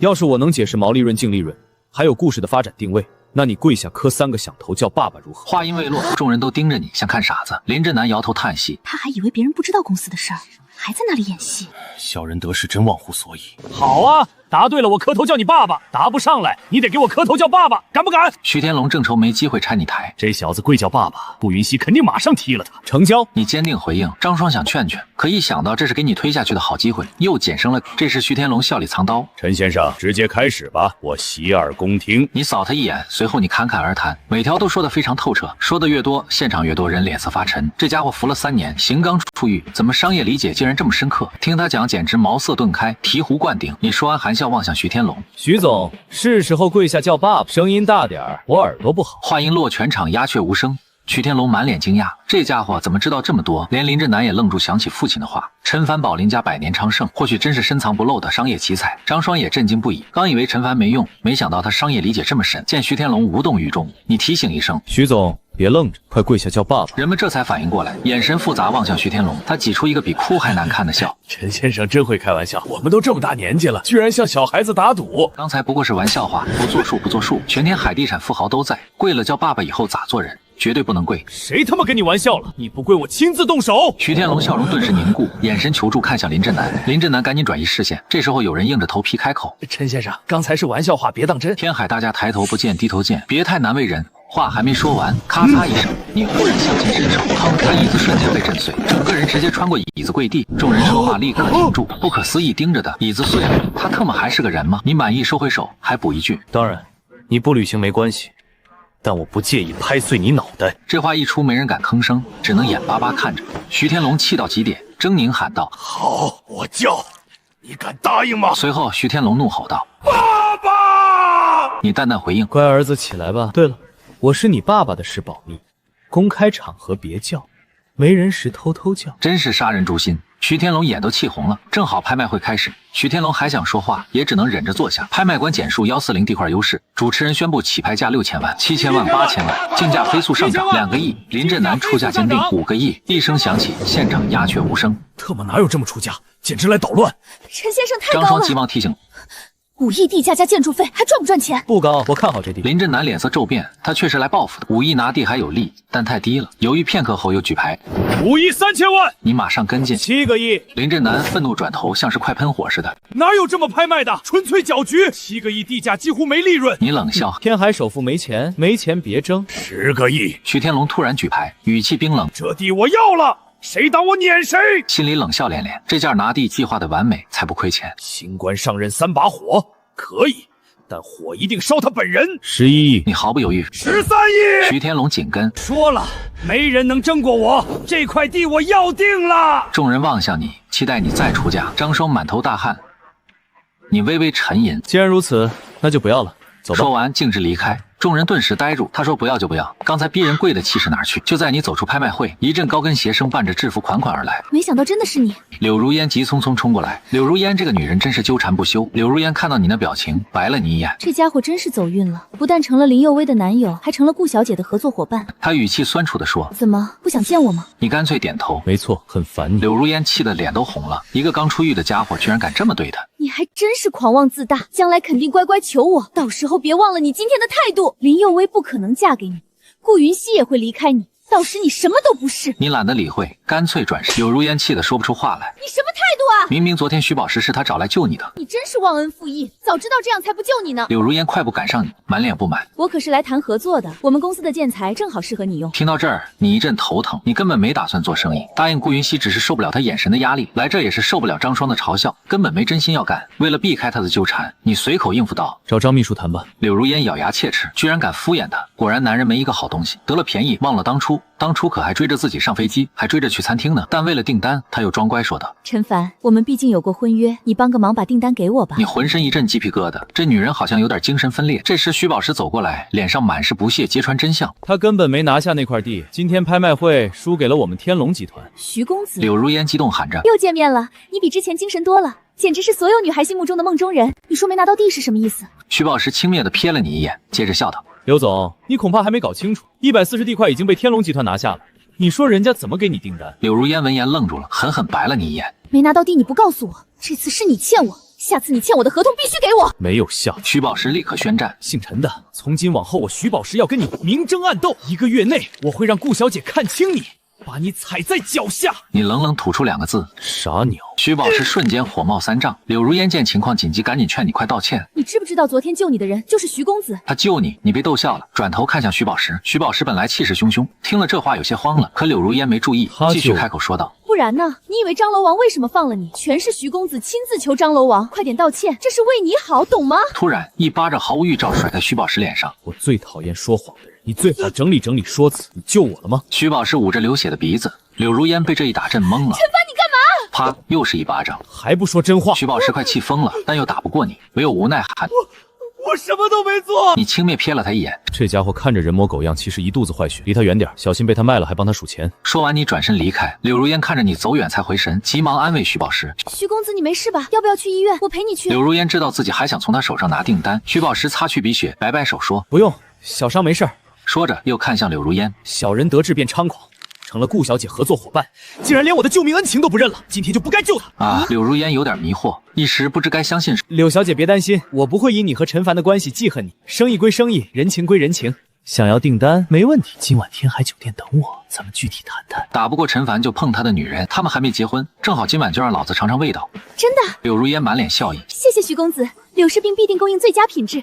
要不要现在去天海酒店吃饭？他迫不及待想敲定合同。徐宝石摇头说：现在不方便。说着脸色骤变，快步往里跑。我爸被陈凡气昏了。徐宝石走进房间，徐天龙已经清醒，心里的怒火尚未平息。给陈凡跪下叫爸爸，丢人！13亿买块地，丢钱，人财两空啊！徐宝石匆匆赶来，爸你怎么样？徐天龙摆手，没心情搭理儿子，慢慢起身抱拳。家人们，刚才大家都看到情况了，徐某人也就不隐瞒了。想问问有没有人愿意跟我一起开发？会议厅里一片静默，众人都像看傻子一样看着他。这块地最多值6、7个亿，谁会跟他一起赔钱？徐总在下还有事，先走一步。人一个接着一个离开。徐天龙双手握拳，这些唯利是图的小人，几家入股，每家也就赔个几千万而已。这时他转向林震南：震南兄，你愿意帮我分担压力吗？啊，入股是吧？没问题。不过我需要与董事们商量一下，我这就回去开会。林震南随口找个理由敷衍离开。徐宝石焦急不已：爸，我们怎么办？给完出让金，公司就会破产。慌什么？他们不帮我们就逼他们帮。虽然葛真人的师兄还没来，但葛真人还能再让林有为倒下一次。他倒下，他的人和家产都是你的。徐宝石听后热血上涌。另一边，你并没有回公司，而是径直回到云顶天宫。想来想去，还是要与顾云溪摊牌，总不能真留在这里做生意。然而刚到门前，就听到古清明的声音传来：云溪，虽然你说陈平是蔡重阳的徒弟，而且蔡重阳自己都进了监狱，他徒弟也不值得信任。冯百年也附和说道：是啊，尤其这次你和家里闹翻了，你爸爸顶着压力让你进天海，如果没做出成绩，你一辈子完了。还是别轻易相信他。你站在门外听着这些话，并没急着进去，想看看顾云溪怎么回应。顾云溪语气坚定：古叔叔、冯叔叔，我已经试探过他了，为人非常正直。至于方法不方便透露，但他绝对值得无条件相信。古清明和冯百年对视一眼，感觉气氛有点不对劲。顾云溪也没多解释，主动说道：二位叔叔，你们在省里还有很多事情，别白费时间在我身上。两人相互看了看，摇头叹息。古清明起身，神情严肃：记住，害人之心不可有，防人之心不可无。话音刚落，你推门进去了。哎呀，你们在这儿啊，我还正想找你们呢。昨天忘了说，给你开的药可能有副作用，可能病情一时会加重。两人有些懵，他怎么突然进来了？连忙问道：那副作用有没有解决办法？你顺口说道：有啊，从今天起把黄连当茶泡水喝，1个月就行了。笑喷了，幽怨的瞄你一眼，显然知道你刚才都听着了，把黄连当茶喝。黄连当茶喝，那得苦死啊！古清明和冯百年脸都红了，心里明白你的调侃，却尴尬的咳嗽。陈凡，别开玩笑了，黄连怎么能当茶喝？你一脸漫不经心，爱信不信，后果自负了。副作用发作别来找我就好。两人脸色抽搐，心里彻底崩溃。虽知道你在故意逗他们，但你医术确实高超，不能冒风险。随即冯百年接了个电话，顺势演戏。那就批准吧，把天海海市一笔带块划为重点开发区，明天发文件。说完，他若有若无瞥你一眼，简短一句话，动辄几十亿。一方面感谢你药方，另一方面别折磨。快说到底有没有副作用？140地块，你微微一愣，这不是今天拍卖的地吗？你重点开发，说明徐家不仅不赔钱，反而可能赚大钱。古清明没注意你走神，以为筹码不够，也拿起电话。什么？前线止血药告急，那就采购吧，等我回去开会安排。挂掉电话，他悄悄观望你的反应。顾云溪嗔怪喊道：陈凡，两位叔叔的筹码到位了，快说副作用到底有没有？你懒洋洋说：其实喝29天就能抵消副作用。听后，古清明和冯百年黑着脸，觉得你根本在玩他们，但又不敢拿身体冒险，只能乖乖回去喝黄连水。两人告辞后，顾云溪走到你身边，挽住你的手臂，轻声道：怎么这么快就回来了？是不是想我了？没问题，你想干什么都行，姐姐早就等不及了呢。说着，他含情脉脉地眨了眨眼，好像期待着什么，迫不及待。你心里一震，身体瞬间有些失控。顾云溪看到你这模样，笑得花枝招展，越发觉得你有意思。面对古清明和冯百年能无所畏惧，却偏偏对女人的小把戏紧张不安。他咬嘴唇问：弟弟，你不会还是个小男孩吧？陈凡一阵尴尬，心里却很骂那些老家伙，若不是他们自己，怎么会落到这步田地？你感觉再听下去快受不了了，甩开他的手，快步坐到沙发上，一本正经说：顾云溪，你坐，我有话要说。你想着直接摊牌，他同意就结婚，不同意就退婚。顾云溪被你态度弄得莫名其妙，问道：你是想知道我为什么来天海？为什么？你想知道，但不喜欢探人隐私，可他都主动说了。顾云溪轻叹，坐你身边靠肩，语气悲伤：弟弟，你还记得我说过有未婚夫吗？记得。他继续说：他来自神秘家族，我成了顾家的牺牲品，要嫁给这个家族的傻子公子。来天海是我赌一把，做不好成绩就得嫁给那个傻子，我不想嫁。你有些懵，他未婚夫本该是你，怎么变成傻子了？你没骗我。顾云溪抬头处处可怜地望着你。你听着，如果我未婚夫是正常人，怎么会说一辈子毁了？你点头思索，他不知道未婚夫是你，说明顾家没告诉他。顾家不仅没说，还要给他找个傻子当夫君，这说明顾家想悔婚也好，不用退婚了。顾云溪眼睛眨呀眨。陈凡，姐姐不管怎样不会嫁那个傻子。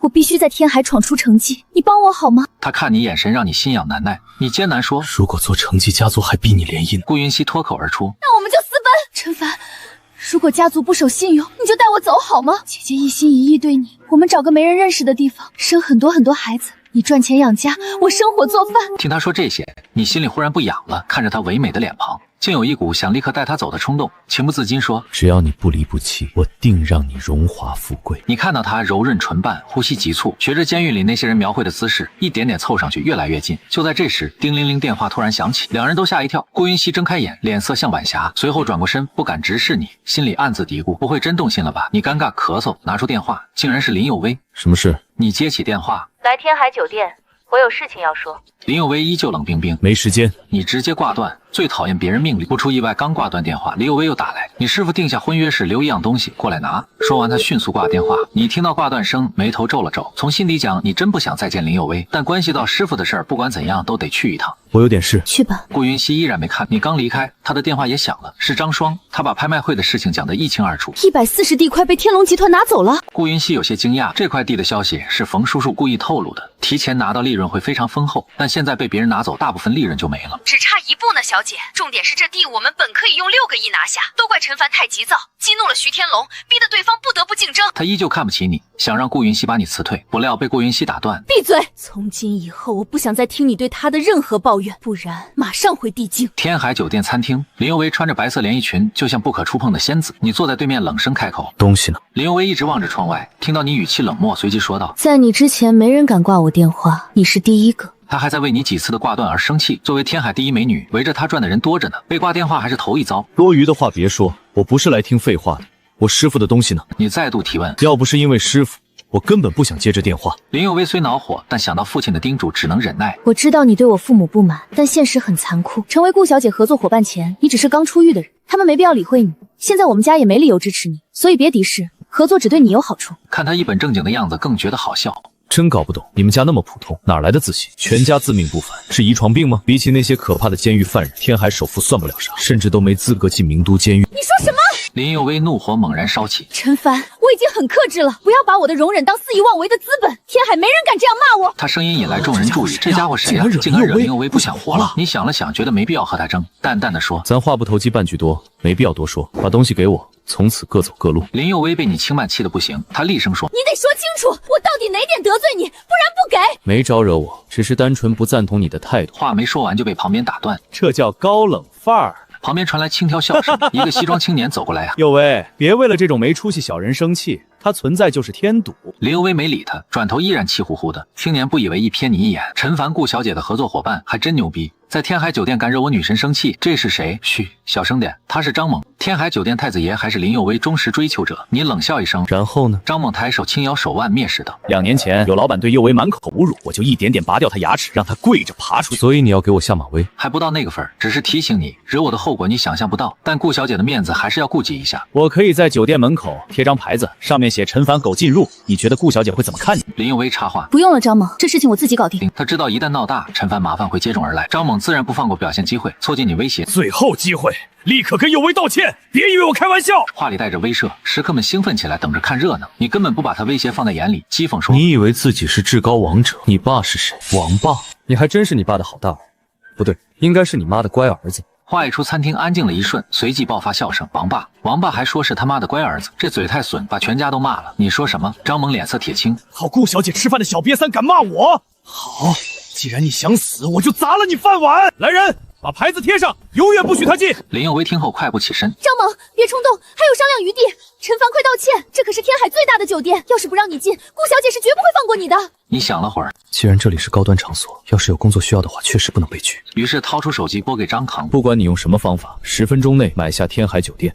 至于钱，我给你个电话找他要。话音一落，餐厅所有目光都聚焦你，仿佛看见了疯子。天海酒店虽不及首付别墅，但价值20亿以上，盈利稳定，不可能卖。10分钟内买下，简直天方夜谭。张猛顿时被气笑，见过穷横的，没见过你这么狂的。好，我等你10分钟，看你怎么买。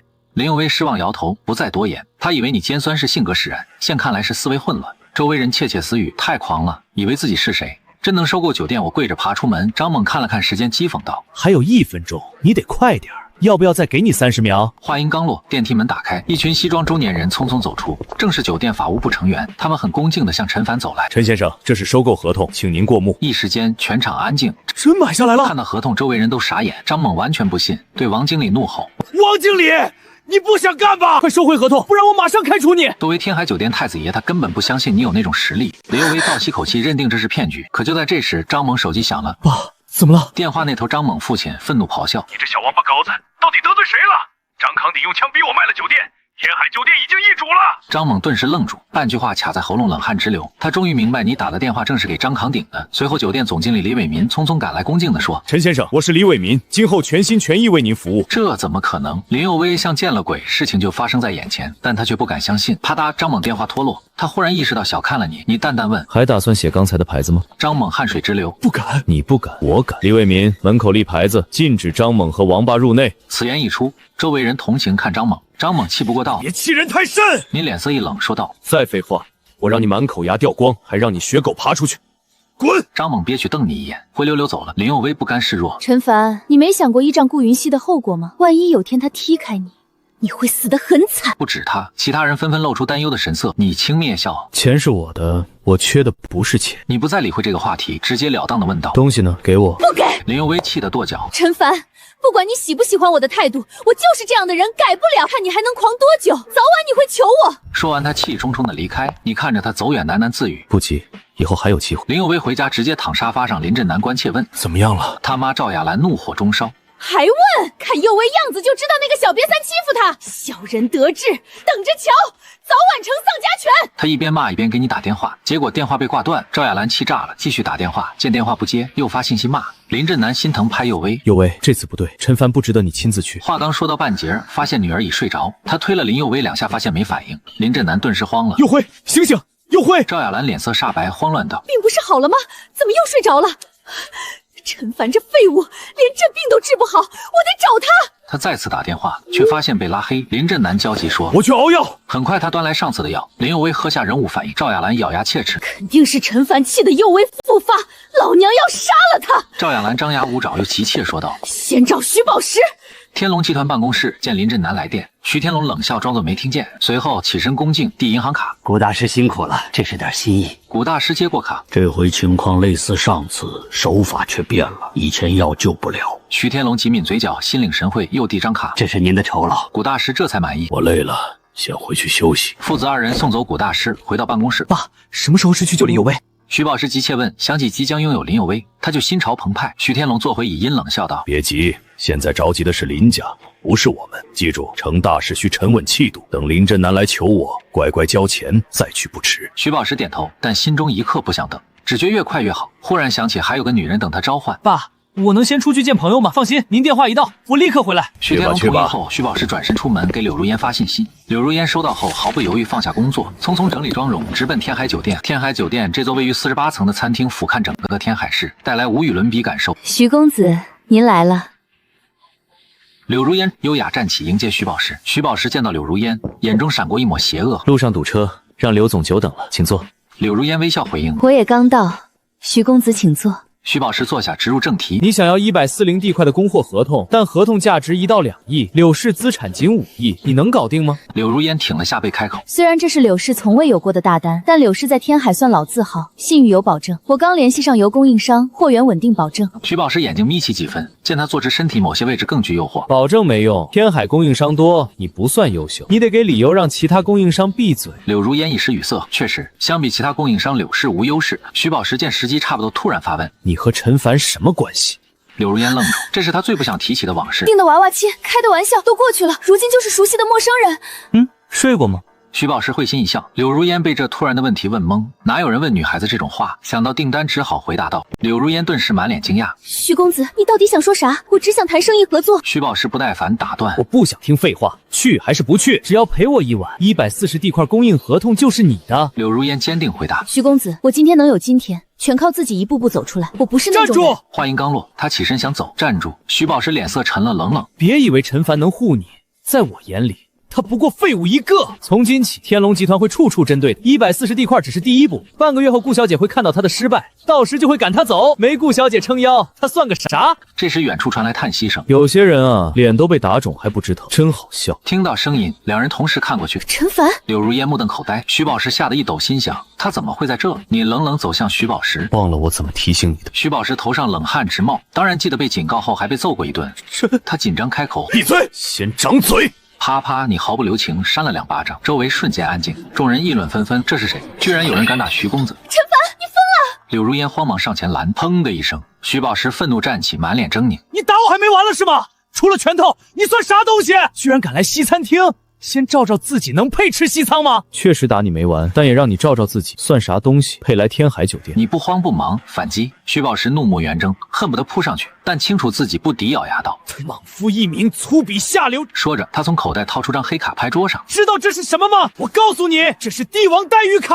卡是黑色镶金云海图案，奢华又神秘，顿时有人惊呼：“这是天海酒店至尊贵宾卡！听说全省只有7张，一般只给重要贵宾。”柳如烟盯着卡看，有些震惊。传言有了这张卡，便能在酒店享受主人的待遇。徐宝石微微得意，听周围议论，心里美滋滋。这卡是他赌赢张猛的，今天终于派上用场。他嘲讽看着你，知道这卡的意义了。不仅是优惠，更是地位象征。你有吗？没必要，吃饭还求打折，太丢人。你家买地花太多钱，连饭都吃不起，所以靠卡免单。这样我能理解，毕竟你穷。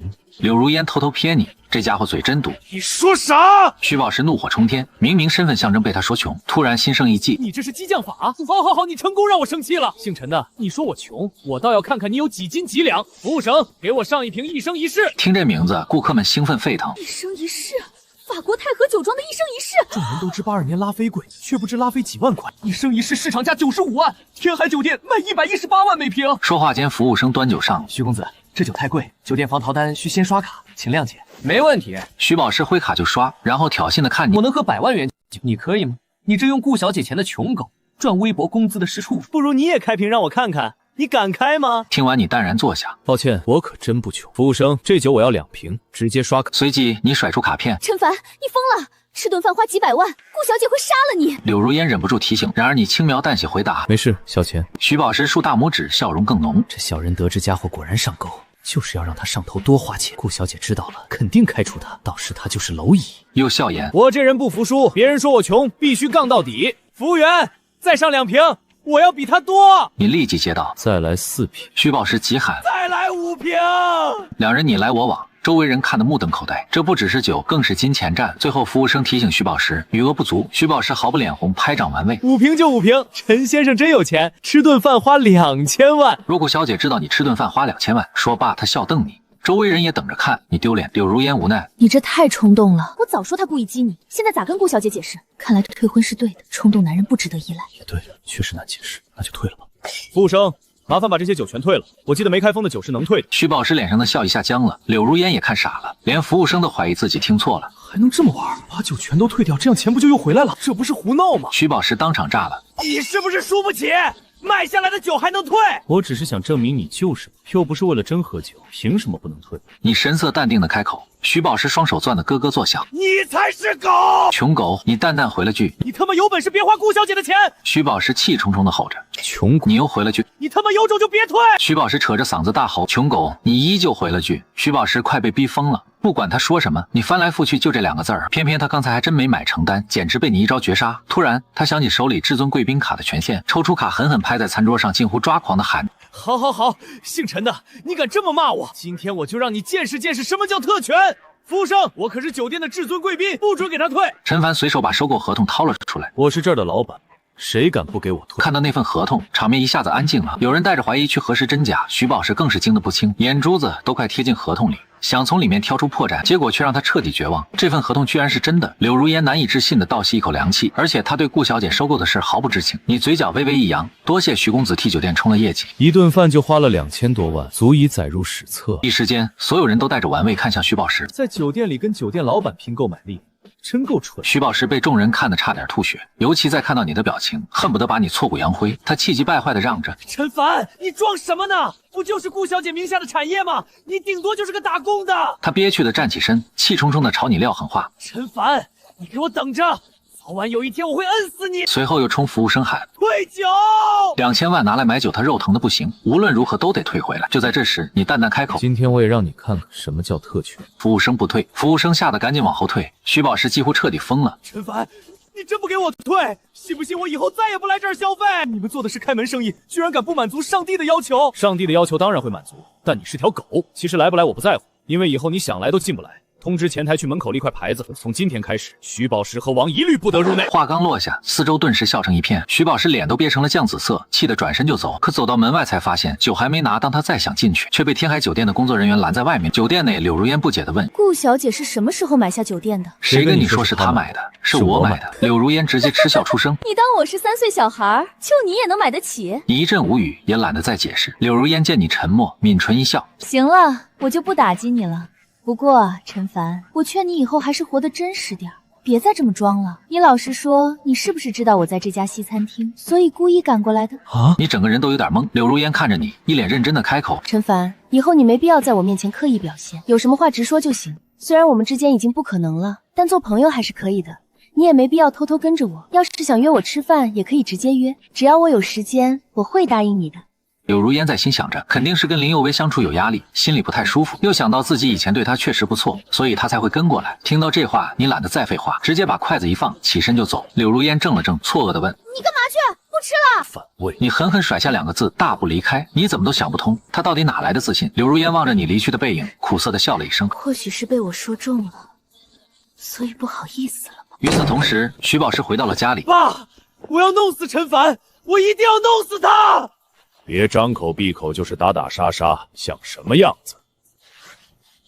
这次右为发病，全是被陈凡气的。我答应投资和天龙集团一起开发，徐宝石能去看看右为吗？生意是生意，感情是感情。右为和宝石本来就是老朋友，就算没有投资这回事，该治也必须得治。我和宝石一起过去。3人便到了西郊庄园的2楼卧室，随后就再次使用古大师的法子，用徐宝石的血去唤醒林有为。都怪陈凡那个糊涂东西，把我们有为害成了这样，我真是恨死他了！女儿这次睡得更沉了，要是再这么下去，几个月才能醒来一次，跟植物人都差不多了。以后自己要是不在了，家业又该交给谁呢？会不会是我们用错办法了？宝石之前提过，上回古大师还念了咒，这次只是单纯滴血，所以才一点效果都没有。徐天龙话里有话的提醒：“徐兄，不瞒你说，让宝石过来也是抱着死马当活马医的心思，本来就没抱多大希望。古大师治不了，上次是陈凡把人治好的。”你这张臭嘴，会不会说话？再去把古大师找来，不管成不成，都不能放过这一点希望，快去找！林震南满脸无奈，也只能再去找古大师。古大师和徐天龙早就商量妥了，简单通了2句话后就赶到了西郊庄园。经过古大师一番检查之后，脸色故作凝重的开口：“林小姐的确是被奸人气得旧病复发，不过我还有一个法子能救林小姐，而且还能保证她以后都不会再复发。只要还有哪怕一点希望，就算拿公司股份来回报她也愿意。”古大师深深吸了口气，神情严肃：“恭喜，徐公子就是妖姐的有缘人，只要让他们同处一夜，第2天林小姐自然会醒来。”在场众人全都愣住了。林震南突然皱起了眉，在心里暗暗盘算起来。另一头，你刚迈进云顶天宫，耳边就传来一道轻柔的声音：“你回来了。”你抬眼看去，坐在沙发上的顾云熙像是彻底换了个人，而是活力十足的运动装和俏皮麻映衬的像个青春明媚的大学生。快过来吃饭呀，菜都快放凉了。这还是那个总爱开玩笑的顾妖精吗？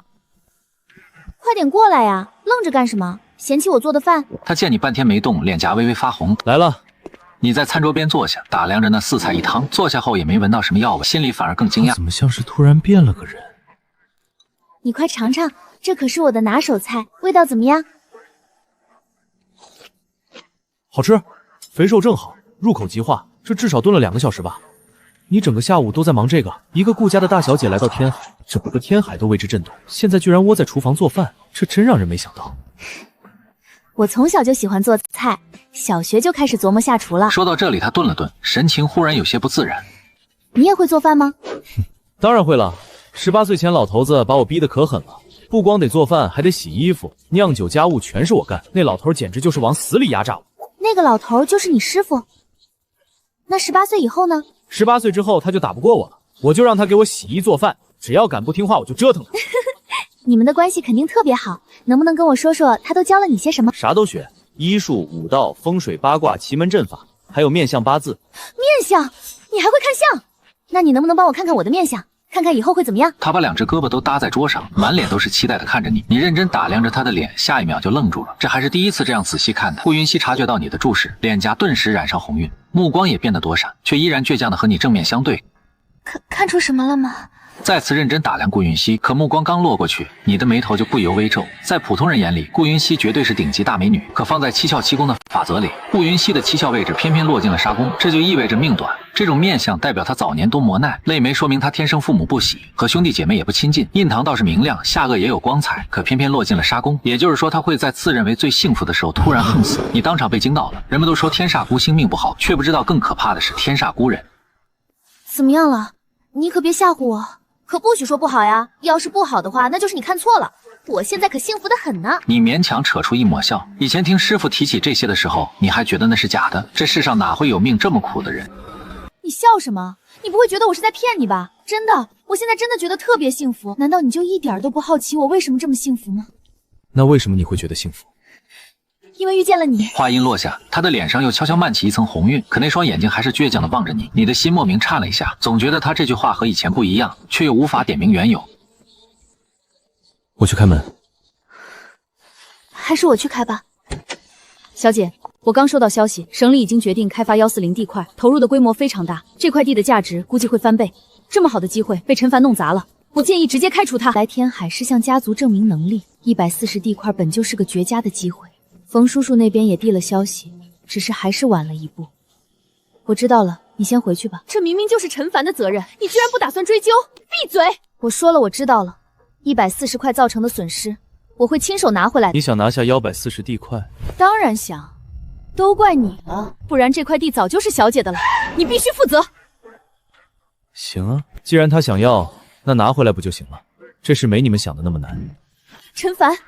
顾云熙忍不住扬高了声音，别人也许不清楚，可他心里明白，像徐天龙和林震南这种人物，140地块要开发的消息，用不了几个小时他们就会知道，他们怎么可能把已经到嘴的肥肉吐出来？好，这可是你自己说的，陈凡，希望你真能拿回140地块，以后我甘愿给你当秘书，你想让我做什么都行。可要是你拿不回来，那你就老老实实辞职滚蛋吧。小姐，你也听见了，是他自己主动说的，我可没有逼他。我说了能拿回，那就一定能拿回。记好你刚才的话，到时候别反悔。你随口回了一句，心里根本没把那块地当回事儿。比起这个，你更在意的是顾云熙。虽然他现在还不知道，可你们之间的婚约确实存在，而且他也的确是个很适合当妻子的人选。你绝不能让他就这么草率结束一生。你准备怎么把140地块拿回来？实在不行，那我就去找冯叔叔动用特权，把那块地硬抢回来。林震南，他这时候找我做什么？与此同时，西郊庄园里，爸，他们现在怎么还没出来？徐宝石死死盯着书房，满脸焦急的发问。自从古大师说到要冲洗之后，林震南和赵雅兰就进书房商量去了。到现在已经过去半个小时。我平时是怎么教你的？遇到大事要沉住气。显然很不满意儿子的急躁，随即话锋一转，阴恻恻的开口：“不必担心，他们既然愿意商量，就说明已经动心了。就算最后不同意，我还有后手。今晚我一定让你和林有为在一起。”他这话说的无比笃定。是，我等着呢。但要是能有林佑思陪着，反而让他更兴奋。她可是天海第一美人。等会儿拍个视频发给陈凡，他看到自己的未婚妻不这么对待，会是什么表情？还有一位未婚妻。这家伙怕是个骗女人的惯犯吧？徐天龙立刻递过去一个眼神，商量的怎么样了？林小姐的病已经拖不起了，拖得越久，后果只会越严重。这，我们还得再想想。哼，你们这是不相信我古某人？也罢，那我就不奉陪了。大师留步，我们不是不信，只是舍不得女儿的清白。哼，简直错得离谱。那我不妨告诉你，徐公子乃天生大贵之人，让他为你重病的女儿冲洗，那可是大造化，是你们占了大便宜。徐宝石竟是大富大贵之人？什么？我儿徐宝石竟是大富大贵之命？事到如今，我也没必要再瞒着了。其实徐公子根本不是什么有缘人，而是天生的诸子富贵命。我之所以用有缘人代替，不过是让你们少一点罪恶感罢了。所谓冲洗，本质上就是拿自己的气运去给别人治病。原来我儿竟是诸子富贵命，那这喜不冲了。爸，我不走，我不能走，我怎能眼睁睁看着佑薇病倒？我一直把她当成亲妹妹，我怎能眼睁睁看着她受苦？把气运给佑薇又能怎样？就算把这条命给她又能怎样？我绝不会走。你。林震南和赵雅兰都被徐宝石这番话打动，脸上也露出几分感慨。古大师觉得火候已经到了，转身便要离开。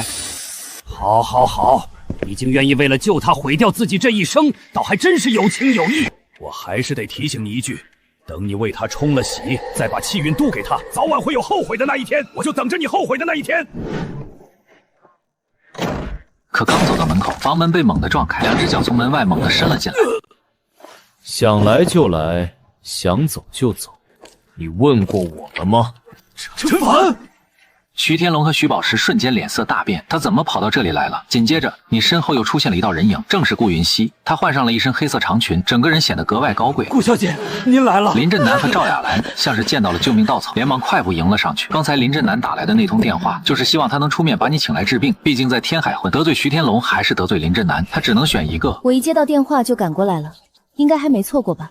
不晚不晚，多谢顾小姐。真是太感谢了！林震南在他面前根本不敢多说什么，虽然对你满心怒火，但还是盼着你能治好林佑威。顾小姐，那就让他赶紧开始吧，佑威还在昏睡着呢。冲喜确实是个办，可也不能让女儿丢了清白。什么？你们居然把他叫来，让他给佑威治病？有陈凡治疗，我还怎么能冲喜？徐天龙眉头紧皱，叫什么？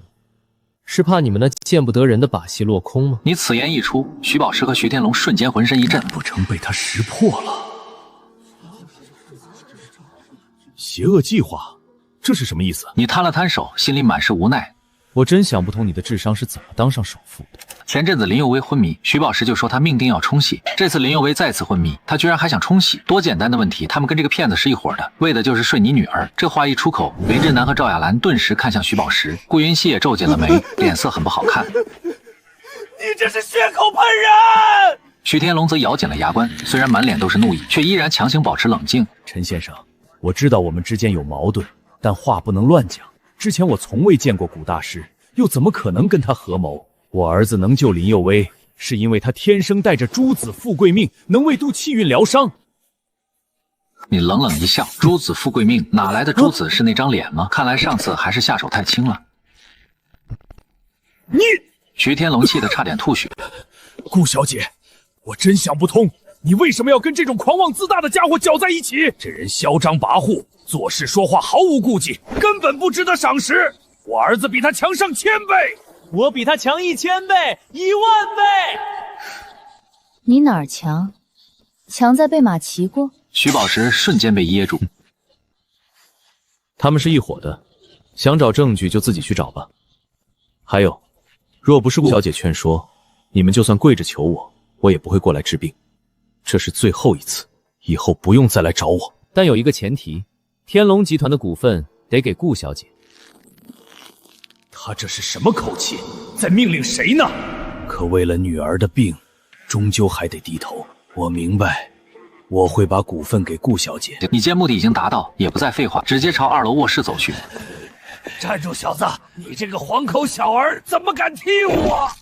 你这种只懂点皮毛的妖人最让人恶心，还敢再叫唤，我踹死！大厅里寂静无声，等你走进卧室，众人才猛地回神，想跟过去看看，可才走到门口，房门突然关上了。人长得倒是漂亮，可这副冷脸实在无趣，怪不得会来找我，原来是换套路了。说完，你掀开被子，把林佑威的衣服脱下。不一会儿，你将他调整到了治疗状态，将其渡入指尖，你手指带针。2分钟后，治疗结束。怎么还不醒？治疗方法没错，看来还在睡眠状态。旁边站个大活人竟然不醒，真是睡得够死。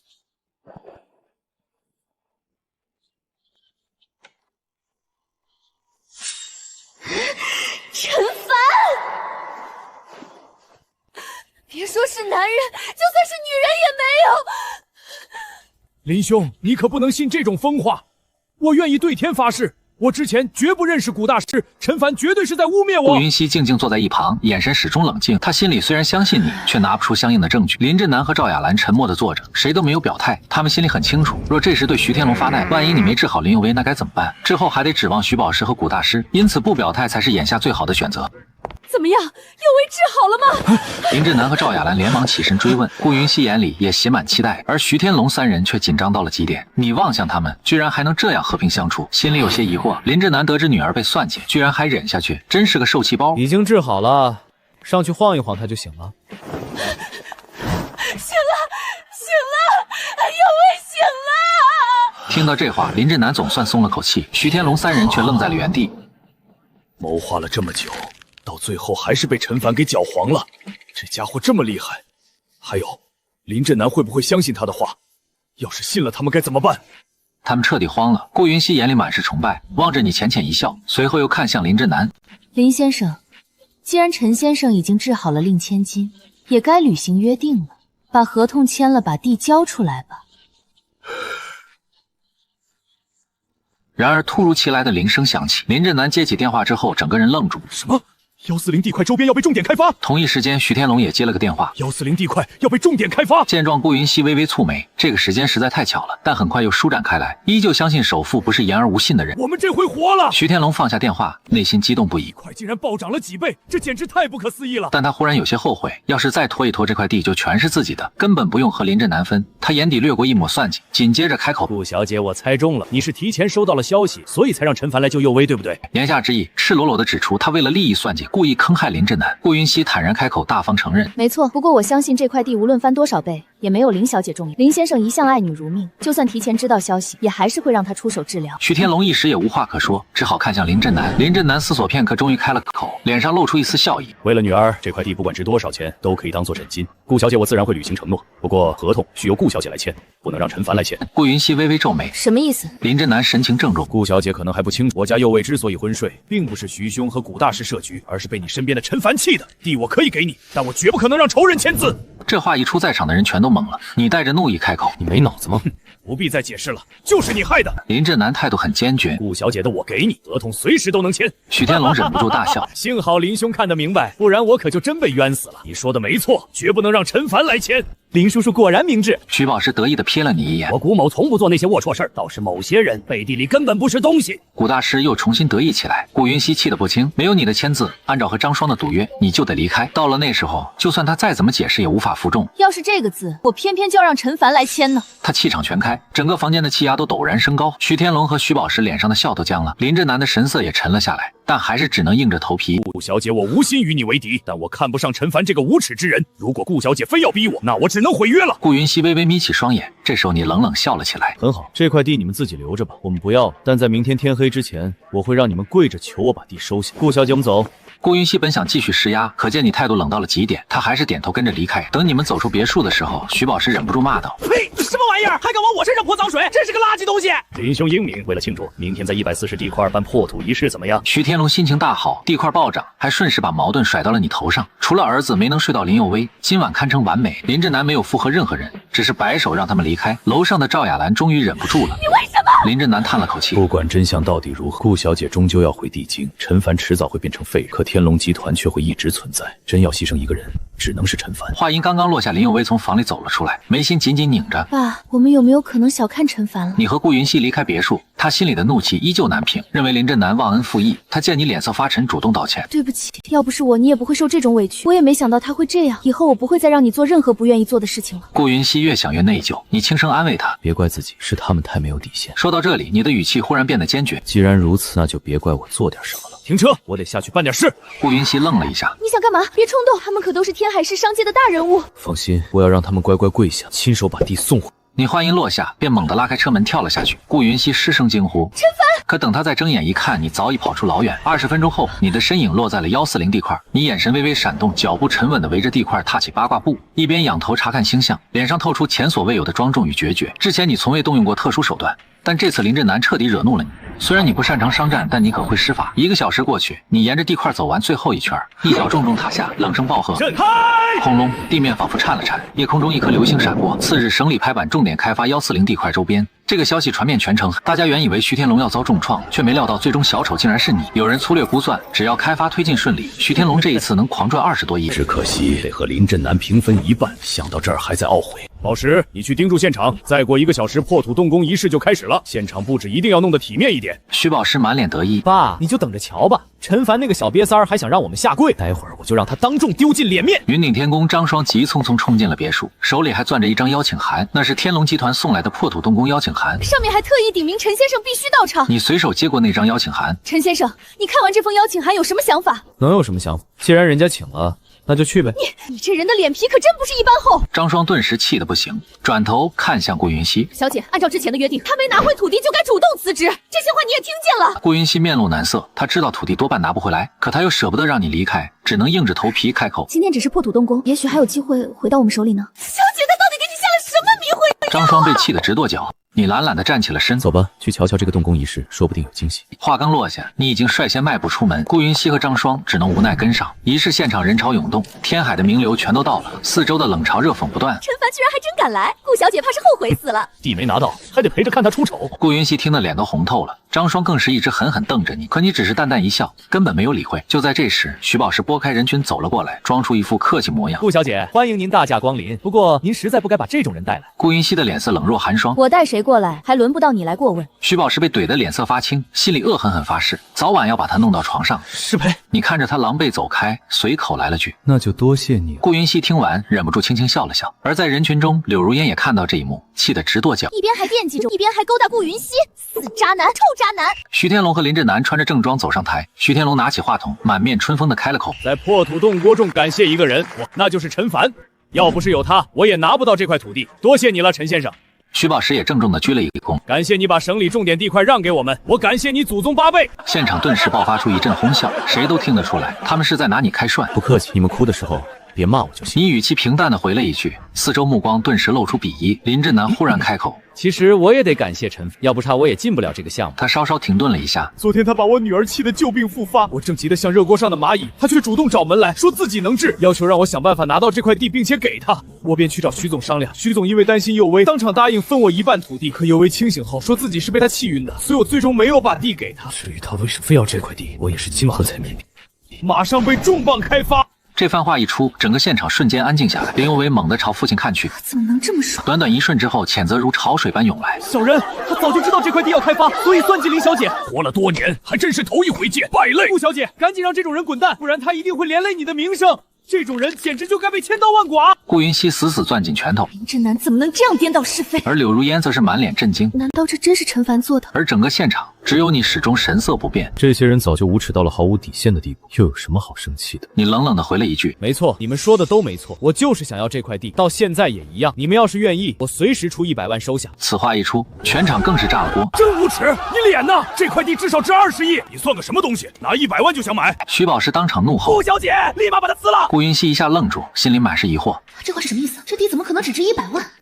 闭嘴，别让小姐跟你一起丢人。张双厉声呵斥：“你神情散漫，我这是替你们着想，现在还能给100万，再过一会儿可能就分文不值了。”行了，少说废话，仪式赶紧开始吧。你缓缓抬头，迎上徐天龙狠厉的目光，他脸色铁青：“用不着你提醒，破土动工自然会开始。不过我也得提醒你，这块地绝不会出售，你的算盘注定要落空。”林振南轻蔑一笑：“徐董，别搭理这种毛头小子，我们是给顾小姐面子，才没把她直接赶出去，还是先开始仪式吧。”徐宝石恶狠狠盯着你，满脸不爽的低声嘀咕：“这家伙就是个神经病，等着，顾小姐肯定会把他开掉，最后选我做合作伙伴。”徐天龙高声宣布：“大家不用放在心上，不过是个小人而已。接下来仪式正式开始，首先有请古大师登场。”生意人向来最讲究仪式，每逢项目开工前都会请来一位大师。今天这位大师正是古大师。他出场时，几名员工抬着供桌走了过来，猪头、水果、糕点齐全。古大师身披布袍，手里握着长剑。他走到桌前，点起香烛，嘴里低声念着咒语：“吉日良辰，天地大开，四季平安。”长剑被他抛向10几米高的半空，随即开始往下坠落，最后稳稳地插进地里。看到这一幕，众人纷纷惊呼：“果然是高人！”古大师抬手指向地面：“此处乃是福地，挖开可是福气外溢，保障施工顺风顺水，财源广进，就从这儿开挖。”徐天龙和林振南连忙恭敬鞠躬。多谢古大师。见到这一幕，你直接被逗笑了。傻狗，一个半吊子骗子，把2个蠢货耍得团团转。声音明明不大，却在这一刻格外刺耳。一瞬间，众人的目光齐刷刷转向你。他们说什么？徐宝石怒目圆睁：“你才是傻狗，拿不到地就故意来捣乱。顾小姐怎么能留这种小人？没错，这都是什么人啊？顾小姐，快让他滚蛋！”就是。事情闹到这一步，顾云熙也不好再帮你，压低声音开口：“别说了，我只是实话实说，那根本不是抚慰，而是栽位。”古大师怒气冲冲地扑了上来：“你这个小子也敢质疑我？我3岁开蒙，8岁拜师，16岁就……”停！你要是不想挨揍，就离我远点。你。古大师吓得猛一哆嗦，赶紧往后退去。徐天龙和林振南正想发作，一直没开口的林有为终于出声：“爸，徐叔叔，开始吧，再拖下去，错过吉时就麻烦了。”徐天龙咬牙切齿：“我今天就让你看看，这到底是不是抚慰？林兄，我们开挖！”4个人的目光都锋利如刀，挖敲声跟着响起。可才挖了没几锹，咚！地面突然塌陷，徐宝石整个人当场掉了进去。那个足有1.5米的深洞中满是密密麻麻的蛇，周围的人瞬间向后退。这怎么回事？我挖到蛇窝了，这是凶兆啊！林振南和徐天龙面面相觑，古大师也傻眼了。这怎么会这样？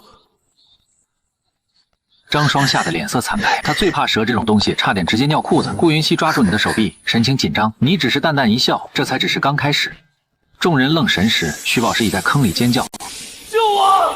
爸，救我！”徐天龙这才猛然回神：“快救我儿子！”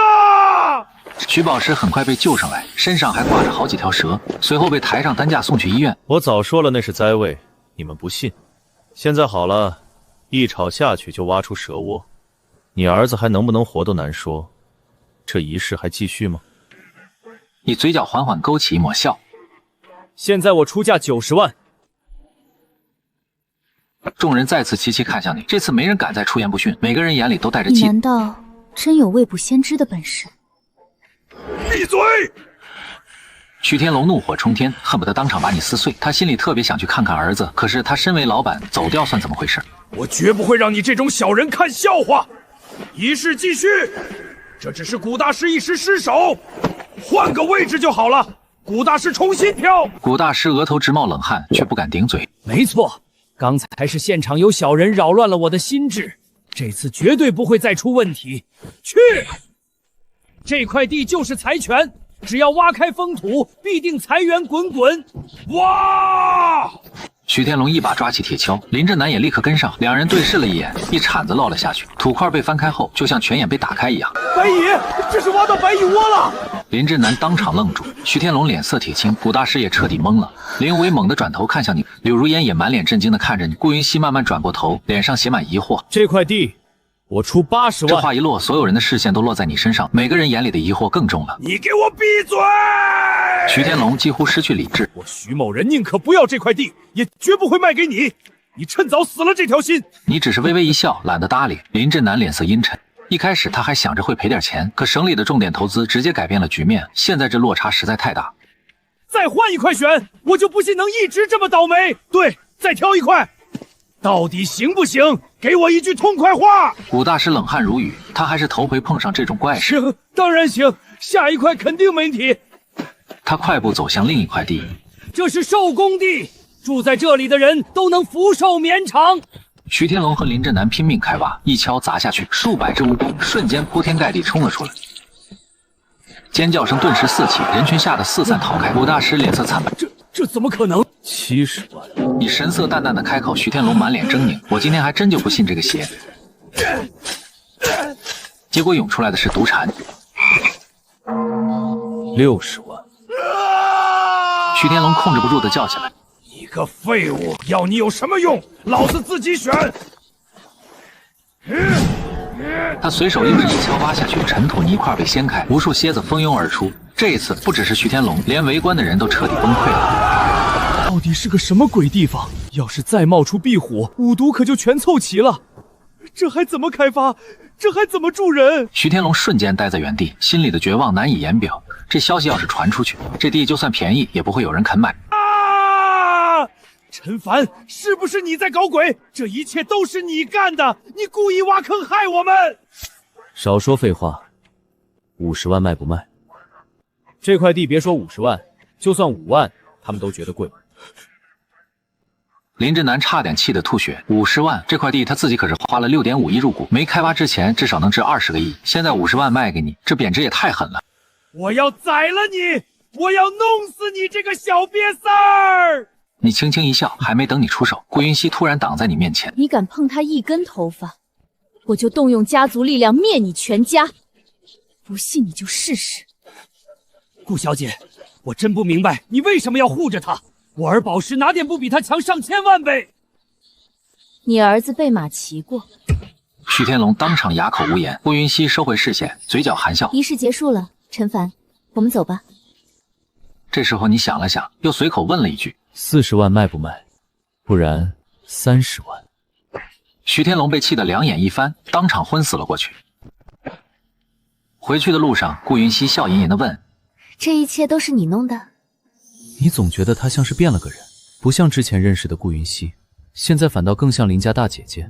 相比之下，你还是更喜欢顾妖精。你猜？还敢让小姐猜？真把自己只是个打工的给忘了。小姐，之前的承诺还得兑现。陈凡没拿到地，就该主动离开。顾云熙的脸色瞬间沉了下，情况你不是看到了？这地根本没价值，你还想让我往里赔钱？张双被怼得一时无言。赌约照旧，他们很快就会求着把地给我。你随意回了一句。陈凡、顾云熙满脸不解，明明自己已经替他解围了，他为何还要主动找麻烦？君子一言，驷马难追。你朝顾云熙微微一笑，我不是为了打赌，是想帮你做出成绩，彻底甩开那个傻子，让你真正有自己的选择权。当然，如果最后你选了我，那我就带你去找剩下6位未婚妻退婚。要是不选，就当与他退婚完成，然后继续去退婚。顾云熙俏脸微红，轻轻开口：“有你在，真幸福。”幸福。听到这2个字后，你忽然想起还有件事没做。顾云熙命里带煞，得先帮他化解，但眼下条件有限，先给他做个护身符吧。停车，我得下去一趟。你突然开口，顾云熙微微一愣，还以为你会说别的话，没想到居然是让停车。难道是自己刚才说的太直白了？张双立刻把车停下，等你走后，他试探问道：“小姐，你不会真喜欢上他了吧？”顾云熙把脸转向一旁，神色清冷：“好好开你的车。”你下车之后就打电话联系了张扛鼎。没过一会儿，一辆玛莎拉蒂停在你面前，车上的柳如烟神情严肃地盯着你。上车。很明显，他已经盯你很久了，直到顾云熙的车走远才现身。你顿时有些无奈，怎么走到哪儿都有他？不必了，有人会来接我。柳如烟翻了个白眼，她自认已经摸清陈凡的性子，最爱故作高冷，然后又在背后偷偷跟着，还特别能装，一旦被拆穿就会恼羞成怒。不然她为什么会下车？肯定是发现自己在后面跟踪，所以主动下来给他机会，却又不好意思承认。他想了想，索性懒得拆穿你。我有件事想问你，你怎么知道这地方不能开发？地下全是毒虫。说罢，他一步步逼近。你本想直接离开，可也知道他不问出来绝不会罢休，只好淡淡回应：“是我施的法，把那些毒虫引过来的。”噗！柳如烟当场笑喷。你不想说就算了，你真当我傻吗？还施法？他压根不信你能在监狱里学会这些。见此，你神色淡淡。要是没别的事，我就先走了。当然有问题。你和林佑爷已经彻底结束了吗？我们本来就没开始，又哪来的结束？因为我听到这话，你当场吓了一跳。这都是什么虎狼之词？柳如烟看到你这副反应，以为自己猜中了，顿时一脸傲然。我早看出来了，你也不用再藏着掖着。刚开始是觉得你不靠谱，可这几天接触下来，我发现你还算可以。我们可以先从朋友做起，以后……哎，你这是要去哪儿？他话都还没说完，发现你已经快步走远，他赶忙追了上去。追女孩子要大胆，你总是遮遮掩掩，而且你心里明明有我，为什么不敢承认？你停下脚步看着他，你为什么这么普通，却又这么自信？不信？柳如烟脸色一变，脸色通红，气不打一处来。你才普信！不就是运气好一点被顾小姐看中了？要是没了顾小姐，你什么都算不上。就在这时，一辆劳斯莱斯停在玛莎拉蒂前面，张扛鼎推门下车，直直看向柳如烟。你是什么人？一直跟着陈先生想干嘛？柳如烟见状，心跳加速。他还是头一次这么近距离见到天海市的地下皇帝，那股压迫感实在太强，仿佛被死神盯上了一样。随即你迅速坐进车里，一点时间都不愿多留在这儿。走吧，不用管他。好的，陈先生，我这就开车。张扛鼎飞快坐回驾驶位，乖顺的像条狗。柳如烟目送劳斯莱斯远去，1分钟后才回过神，随后咬着牙，还不是靠顾云熙，现在装得越高，将来就会摔得越惨。你一无所有那天，你一定回来找我。就等着这一天，看你还能不能继续装。车内，张扛鼎一边开车一边低声询问：“陈先生，如果您觉得他麻烦，我可以替您解决他。”张扛鼎还以为柳如烟是个捞女，想纠缠你。算了，躲着他点就行。你随口又问了一句：“你知不知道哪里能买到毛玉石？”张扛鼎面露难色，思索一番后缓缓开口：“您是想要没见过光的毛玉石，还是里面得是玻璃种的？玻璃种已经好多年没出新的了，这实在太难找。”你转念一想也对。他们又没有透视眼，也感应不到气，自然没法分辨。张扛鼎突然话锋一转：“不过天海有条玉石街，或许可以去碰碰运气。听说那里以前开出过玻璃种。”你点了点头，开口说道：“那就去看看吧。”没过多久，你们就到了玉石街。你径直往前走去，停在一个油腻的摊主前面。摊主见你走过来，心里顿时一跃，看着模样就知道根本没什么经验。老板，来看看我的货，我这儿的石头个个都能出玉，而且石头成色都特别好。3年前我们这儿就开出了块帝王绿，我当年2万就卖给了一位老板，人家转手就卖了几千万呢。这一批料子就是同一批，没准里面还藏着帝王绿呢。旁边那些商贩们听见这些话嗤之以鼻。摊主嘴里的故事，除了保证能出玉这件事是真的，其他全都是瞎扯。你没搭理摊主的吹嘘，转了一圈后，目光落在一块拳头大的黑石上。这块我买了，多少钱？周围的人都看愣了，哪有直接说出来自己想要的？真是个愣头青，活该被宰。摊主差点当场笑出来，心里默默盘算，坑的就是你这种自以为是的蠢货。老板果然好眼力，不瞒您说，我也看好这块，原本都打算留着自己开，看您和我有缘，您要是真想买，一口价10万。话音刚落，你直接给钱。什么？这就把钱给了，连价都不还？果然是个愣头青，这块石头撑死也就值1000块，活该被骗，就该让社会狠教训一顿。周围人见你真就直接给钱，纷纷露出讥笑。摊主也没想到你会这么痛快，差点笑出声。老板真敞亮，不过咱们这儿有规矩，东西一旦卖出概不退换，赚了算你有本事，赔了就是你自己看走眼，跟我可没关系。话音才落下，你伸手就把石头表皮抠掉，咔，发出一声清脆声响，下一瞬，一抹耀眼绿光透出。我靠，什么帝王绿？围观的人瞬间全都看傻了。发了，光这一个切口，起码就值上百万。要是里面全是满绿，价值起码得上千万。这么多年没开出过帝王绿，没想到这人真是大师。看到这一幕，你心里一阵欣喜。果然没看错，用这种质地的玉石筑其护身，不仅能带来好运，更可能抵一次生死灾祸。要是送给顾云熙，至少短期内不用担心他有性命之忧。你收起玉石，正准备转身离开，等等！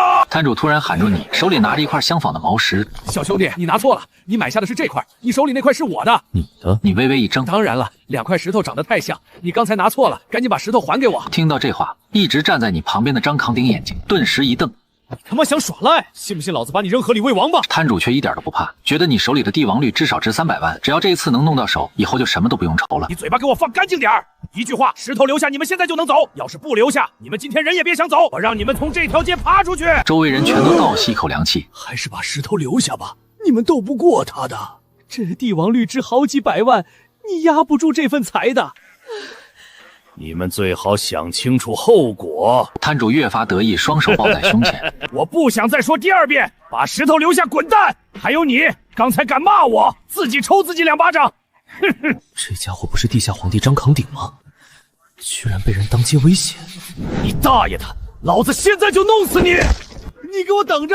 三哥快来，我让人给打了！都他妈给我滚开！敢在玉石街闹事！几个壮汉提刀冲了过来，周围的人立刻躲远。三哥，他们抢我的石头，还打人！今天我要让他们爬着出去！妈的，吃了雄心豹子胆，连我的人都敢动！为首的三哥气势汹汹地冲了过来，可当他看见张扛鼎的瞬间，整个人都吓傻了，想说的话直接咽了回去。这位可是地下皇帝。嘿嘿，你不是狂吗？今天不让你跪下叫爷爷，我就不混了！叫你大爷，给我闭嘴！他双膝一软，跪在地上，满脸谄媚。爷爷您来了！周围人全都看傻了。三哥，三你大爷！这是张扛鼎，还不赶紧跪下叫人？什么？人人都知道张扛鼎，但真正认识他的少之又少。爷爷，我错了，是我有眼无珠，不识泰山，不知道您带着孩子过来的，对不起。大家也都误以为陈凡是张扛鼎的孩子。你们这群瞎了眼的东西！这是陈先生，是我主人。哼，老子今天非把你丢进河里喂王八！什么主人？算了，没必要浪费时间。这种小事还不至于闹出人命，折损福气。打断他的4肢，扔到马路上讨一辈子饭就行。是。张扛鼎连忙应下，迅速打电话去安排。陈先生，阎王好哄，可小鬼难缠。很多人都没见过我，所以这都不碍事。哪里能买到刻刀？您要雕刻？这个我清楚。天海市玉石界张大师开的藏宝阁，他的雕工在国内都是响当当的，不少外地大佬都专门请他出手。本来想亲手雕刻，但既然有人代劳，也未尝不可。没过几分钟，你们就到了藏宝阁，入眼全是琳琅满目的雕刻作品，其中一件是用3米高泰山石雕出的仙界图，上面的人物栩栩如生，看得人叹为观止。骗子！这里全是骗子！把玉石赔给我！不止骗玉石，还骗色！我什么都给你了，你放开我！不能好死！把他给我轰出去！再敢胡说，就把他的嘴缝上！快放开我！放开我！你们一定会遭报应的！你们别来这里！藏宝阁就是个骗子窝，骗钱又骗色！听到这话，你微微皱眉。张扛鼎也是一脸错愕，没等你们开口，这不是张扛鼎吗？您大驾光临，有失远迎，还请见谅。您来的正好，这位可是天海市的地下皇帝张扛鼎，也是藏宝阁的贵客。你要是再敢胡言乱语，我可不介意请张扛鼎亲自出手，让你永远闭嘴。在天海市，谁没听过张扛鼎的大名？妇女顿时被吓得闭了嘴。这怎么回事？李康，正是眼前这个男人，张大师的亲传弟子，就是个跑来坑词的女人，想讹上我。她再敢乱叫，那就只能劳烦虎爷您出手了。不是这样的，我家有一块祖传玉石，可最近我丈夫病情加重，急着用钱，我就想着拿来这里雕一雕，卖个好价钱。可我来的时候，他们却把我的玉石给雕爆了。我想把玉石要回来，就答应了他的要求，可他还是不肯把玉石还给我。这话一出，张扛鼎的脸色也沉了下来。道义有道，拿一个女人开刀，算什么本事？李康顿时恼羞成怒，径直朝那妇女走了过去，挥起的拳头眼看就要落下。这一拳要是打中，至少能把妇女打昏过去。可偏偏就在这时，你突然出手，牢牢抓住李康手腕。你不是圣母，也不是什么事都管，但你闻到妇女身上满是药水，这明显是长期照顾病人才留下的。把话好好说清楚，别急着动手打人。真的假不了，假的也真不了。你个小瘪三也想主持公道？张扛鼎，你什么意思？难不成还想动我吗？在天海市，谁不知道他是地下皇帝？但这个皇帝也不好当，也有很多人不敢惹，比如藏宝阁。毕竟张大师人脉广大，真的闹起来未必能赢。李康，说话注意点态度。这位是顾小姐的合作伙伴，陈凡陈先生。原来是陈先生啊！不过就是个打工的，根本不值得重视。陈先生既然能被顾小姐看中，想必眼睛不会瞎吧？他说的都是假话，您难道看不出来吗？没有啊，我没有！妇女趁机挣脱了控制，扑通一声跪地哀求：“陈先生，如果我有半句假话，天打雷劈，求您替我做主。如果我拿不回这笔钱，我丈夫就真的活不成了。”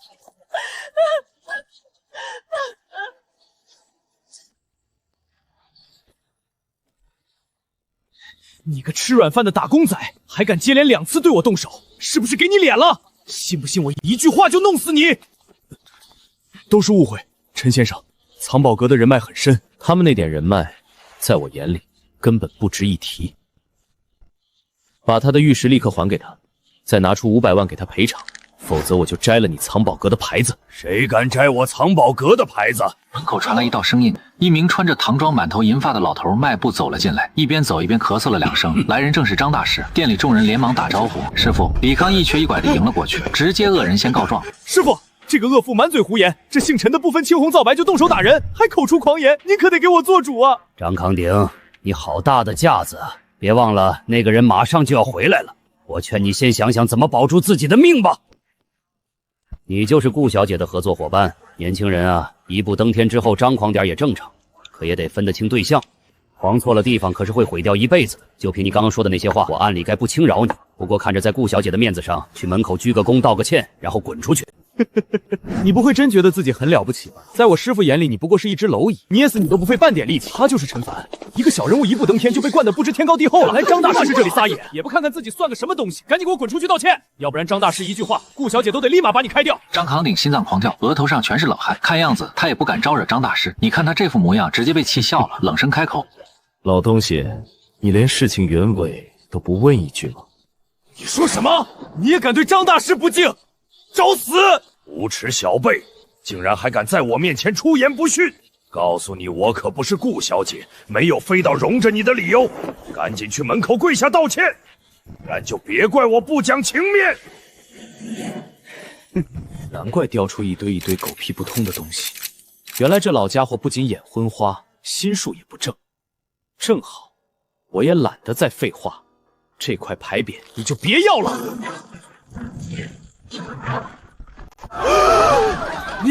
你这个不知死活的小东西，竟然真敢摘我的牌子，你是在找死！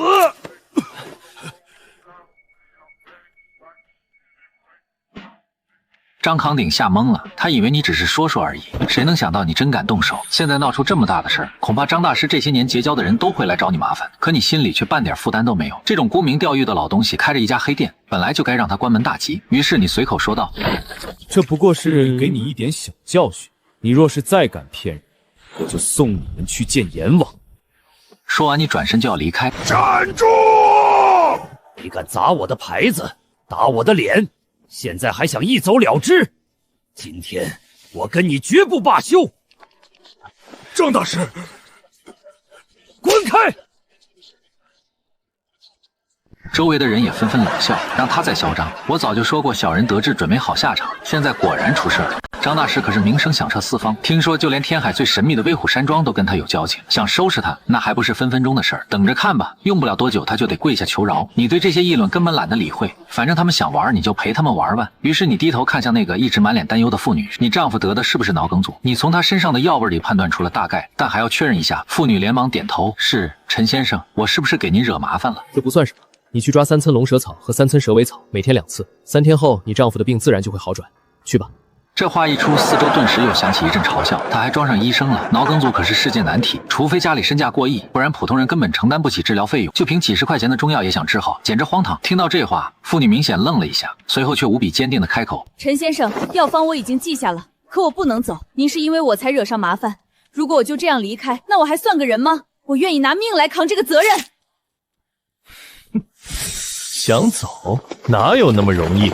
这时门口又传来一道声音：“陈凡，你知不知道自己惹下了多大的祸？”所有人全都转头看去，说话的竟然是张双，而他前面站着的人居然是顾云溪。他怎么来了？要换成是我早就一头撞墙去死了！别再给小姐添麻烦！闭嘴！顾云溪的脸色很不好看，刚才他接到了很多电话，全都是冲着你来的，但都被他强行压了下去。他看到地上被摔碎的牌匾，也有些头疼，随即上前笑着开口：“您就是张大师吧？久闻您的大名。”今天这事儿，顾小姐不用再说了。这牌子就是我的命根子，我只有一个要求，她必须死。如果顾小姐非要仗势护着她，那我也敢拼上这条命一战。这话落下，顾云溪顿时不知道该说什么。摘人牌匾本来就是天大的事儿，更别说张大师还有不少好友都想对你下手。不过他既然认定你，当然不可能不保你。只是还没等他开口，你便先一步开口：“顾小姐，这件事我自己来解决。”老东西，你想怎么拼命，尽管放马过来，我就站在这里，别浪费我的时间。陈凡，你别说了，摘了牌匾不仅是砸了张大师的招牌，更是毁了他的作品，还是让我来处理吧。听到这话，你笑了笑。我可没有躲在女人身后的习惯。再说他的那些作品本来就是破烂，毁了也没什么可惜的。此话一出，四周的马声顿时更大。张大师可是天海最出名的雕刻大师，放眼全国都有些名头，至今还没人敢说他的雕刻是破烂。顾小姐，我劝你马上把他开除，这种无耻之徒就是仗着你的名气胡作非为，无法无天。好，老朽今天真算是见识到了，竟然有人敢说我的作品是破烂。那你倒是告诉我，什么才叫好东西？只要你能拿出让我心服口服的好东西，证明我的作品是破烂，我今天就不追究你的责任。放眼全国，也不过只有那么几个人的雕刻能胜过他。此时周围的人群也跟着起哄，拿出来还你拿出来。原本你并不想亲自出手，可看到顾云溪为难成这样，你也不想让他下不来台，于是淡淡开口：“行，今天就让你们开开眼界。”说完，你从口袋里摸出一块玉石，把刻刀拿来。四周瞬间安静了下来，紧接着却爆出一阵哄笑。你这是想干什么？你不会要现场雕刻吧？这小子是不是脑子有病？真搞不懂顾小姐到底看上他哪一点。顾云溪瞬间脸颊通红，神情也变得不自然。张双更是气得直咬牙，李康满脸都是讥讽：“你这种货色也敢在关公面前耍大刀，真是笑死人了！雕刻5年才算打基础，8年才能正式出师，12年方可登堂入室。这些你会吗？还敢跑出来丢人现眼？刀到底拿不拿？”顾云溪又喊了你一声，轻轻咬着嘴唇，心里想着实在不行也只能替你硬扛了。给他，我倒要看看他能刻出什么东西，竟然敢说我的作品是破烂。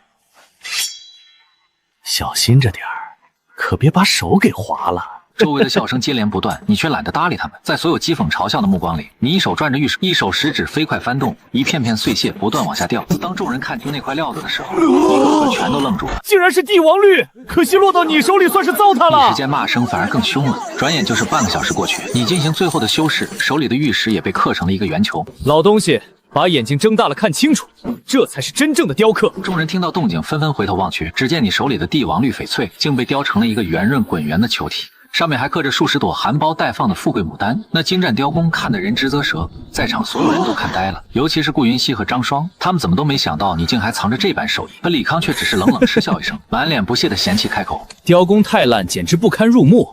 只能蒙骗外行。在行家眼中，这不过是破烂儿。接着他又滔滔不绝说了一大堆，称雕花是雕刻界最基础的技艺，还毫不客气地扁了个遍。闭嘴！你才是丢人现眼的东西，不懂别乱说话，不要坏了老夫名声。师傅，雕花本来就是最基础的，我也没说错啊。滚！张大师根本懒得再理他，快步走到你面前。陈先生，能不能让老朽仔细看看？周围众人全都愣住了。张大师这是怎么了？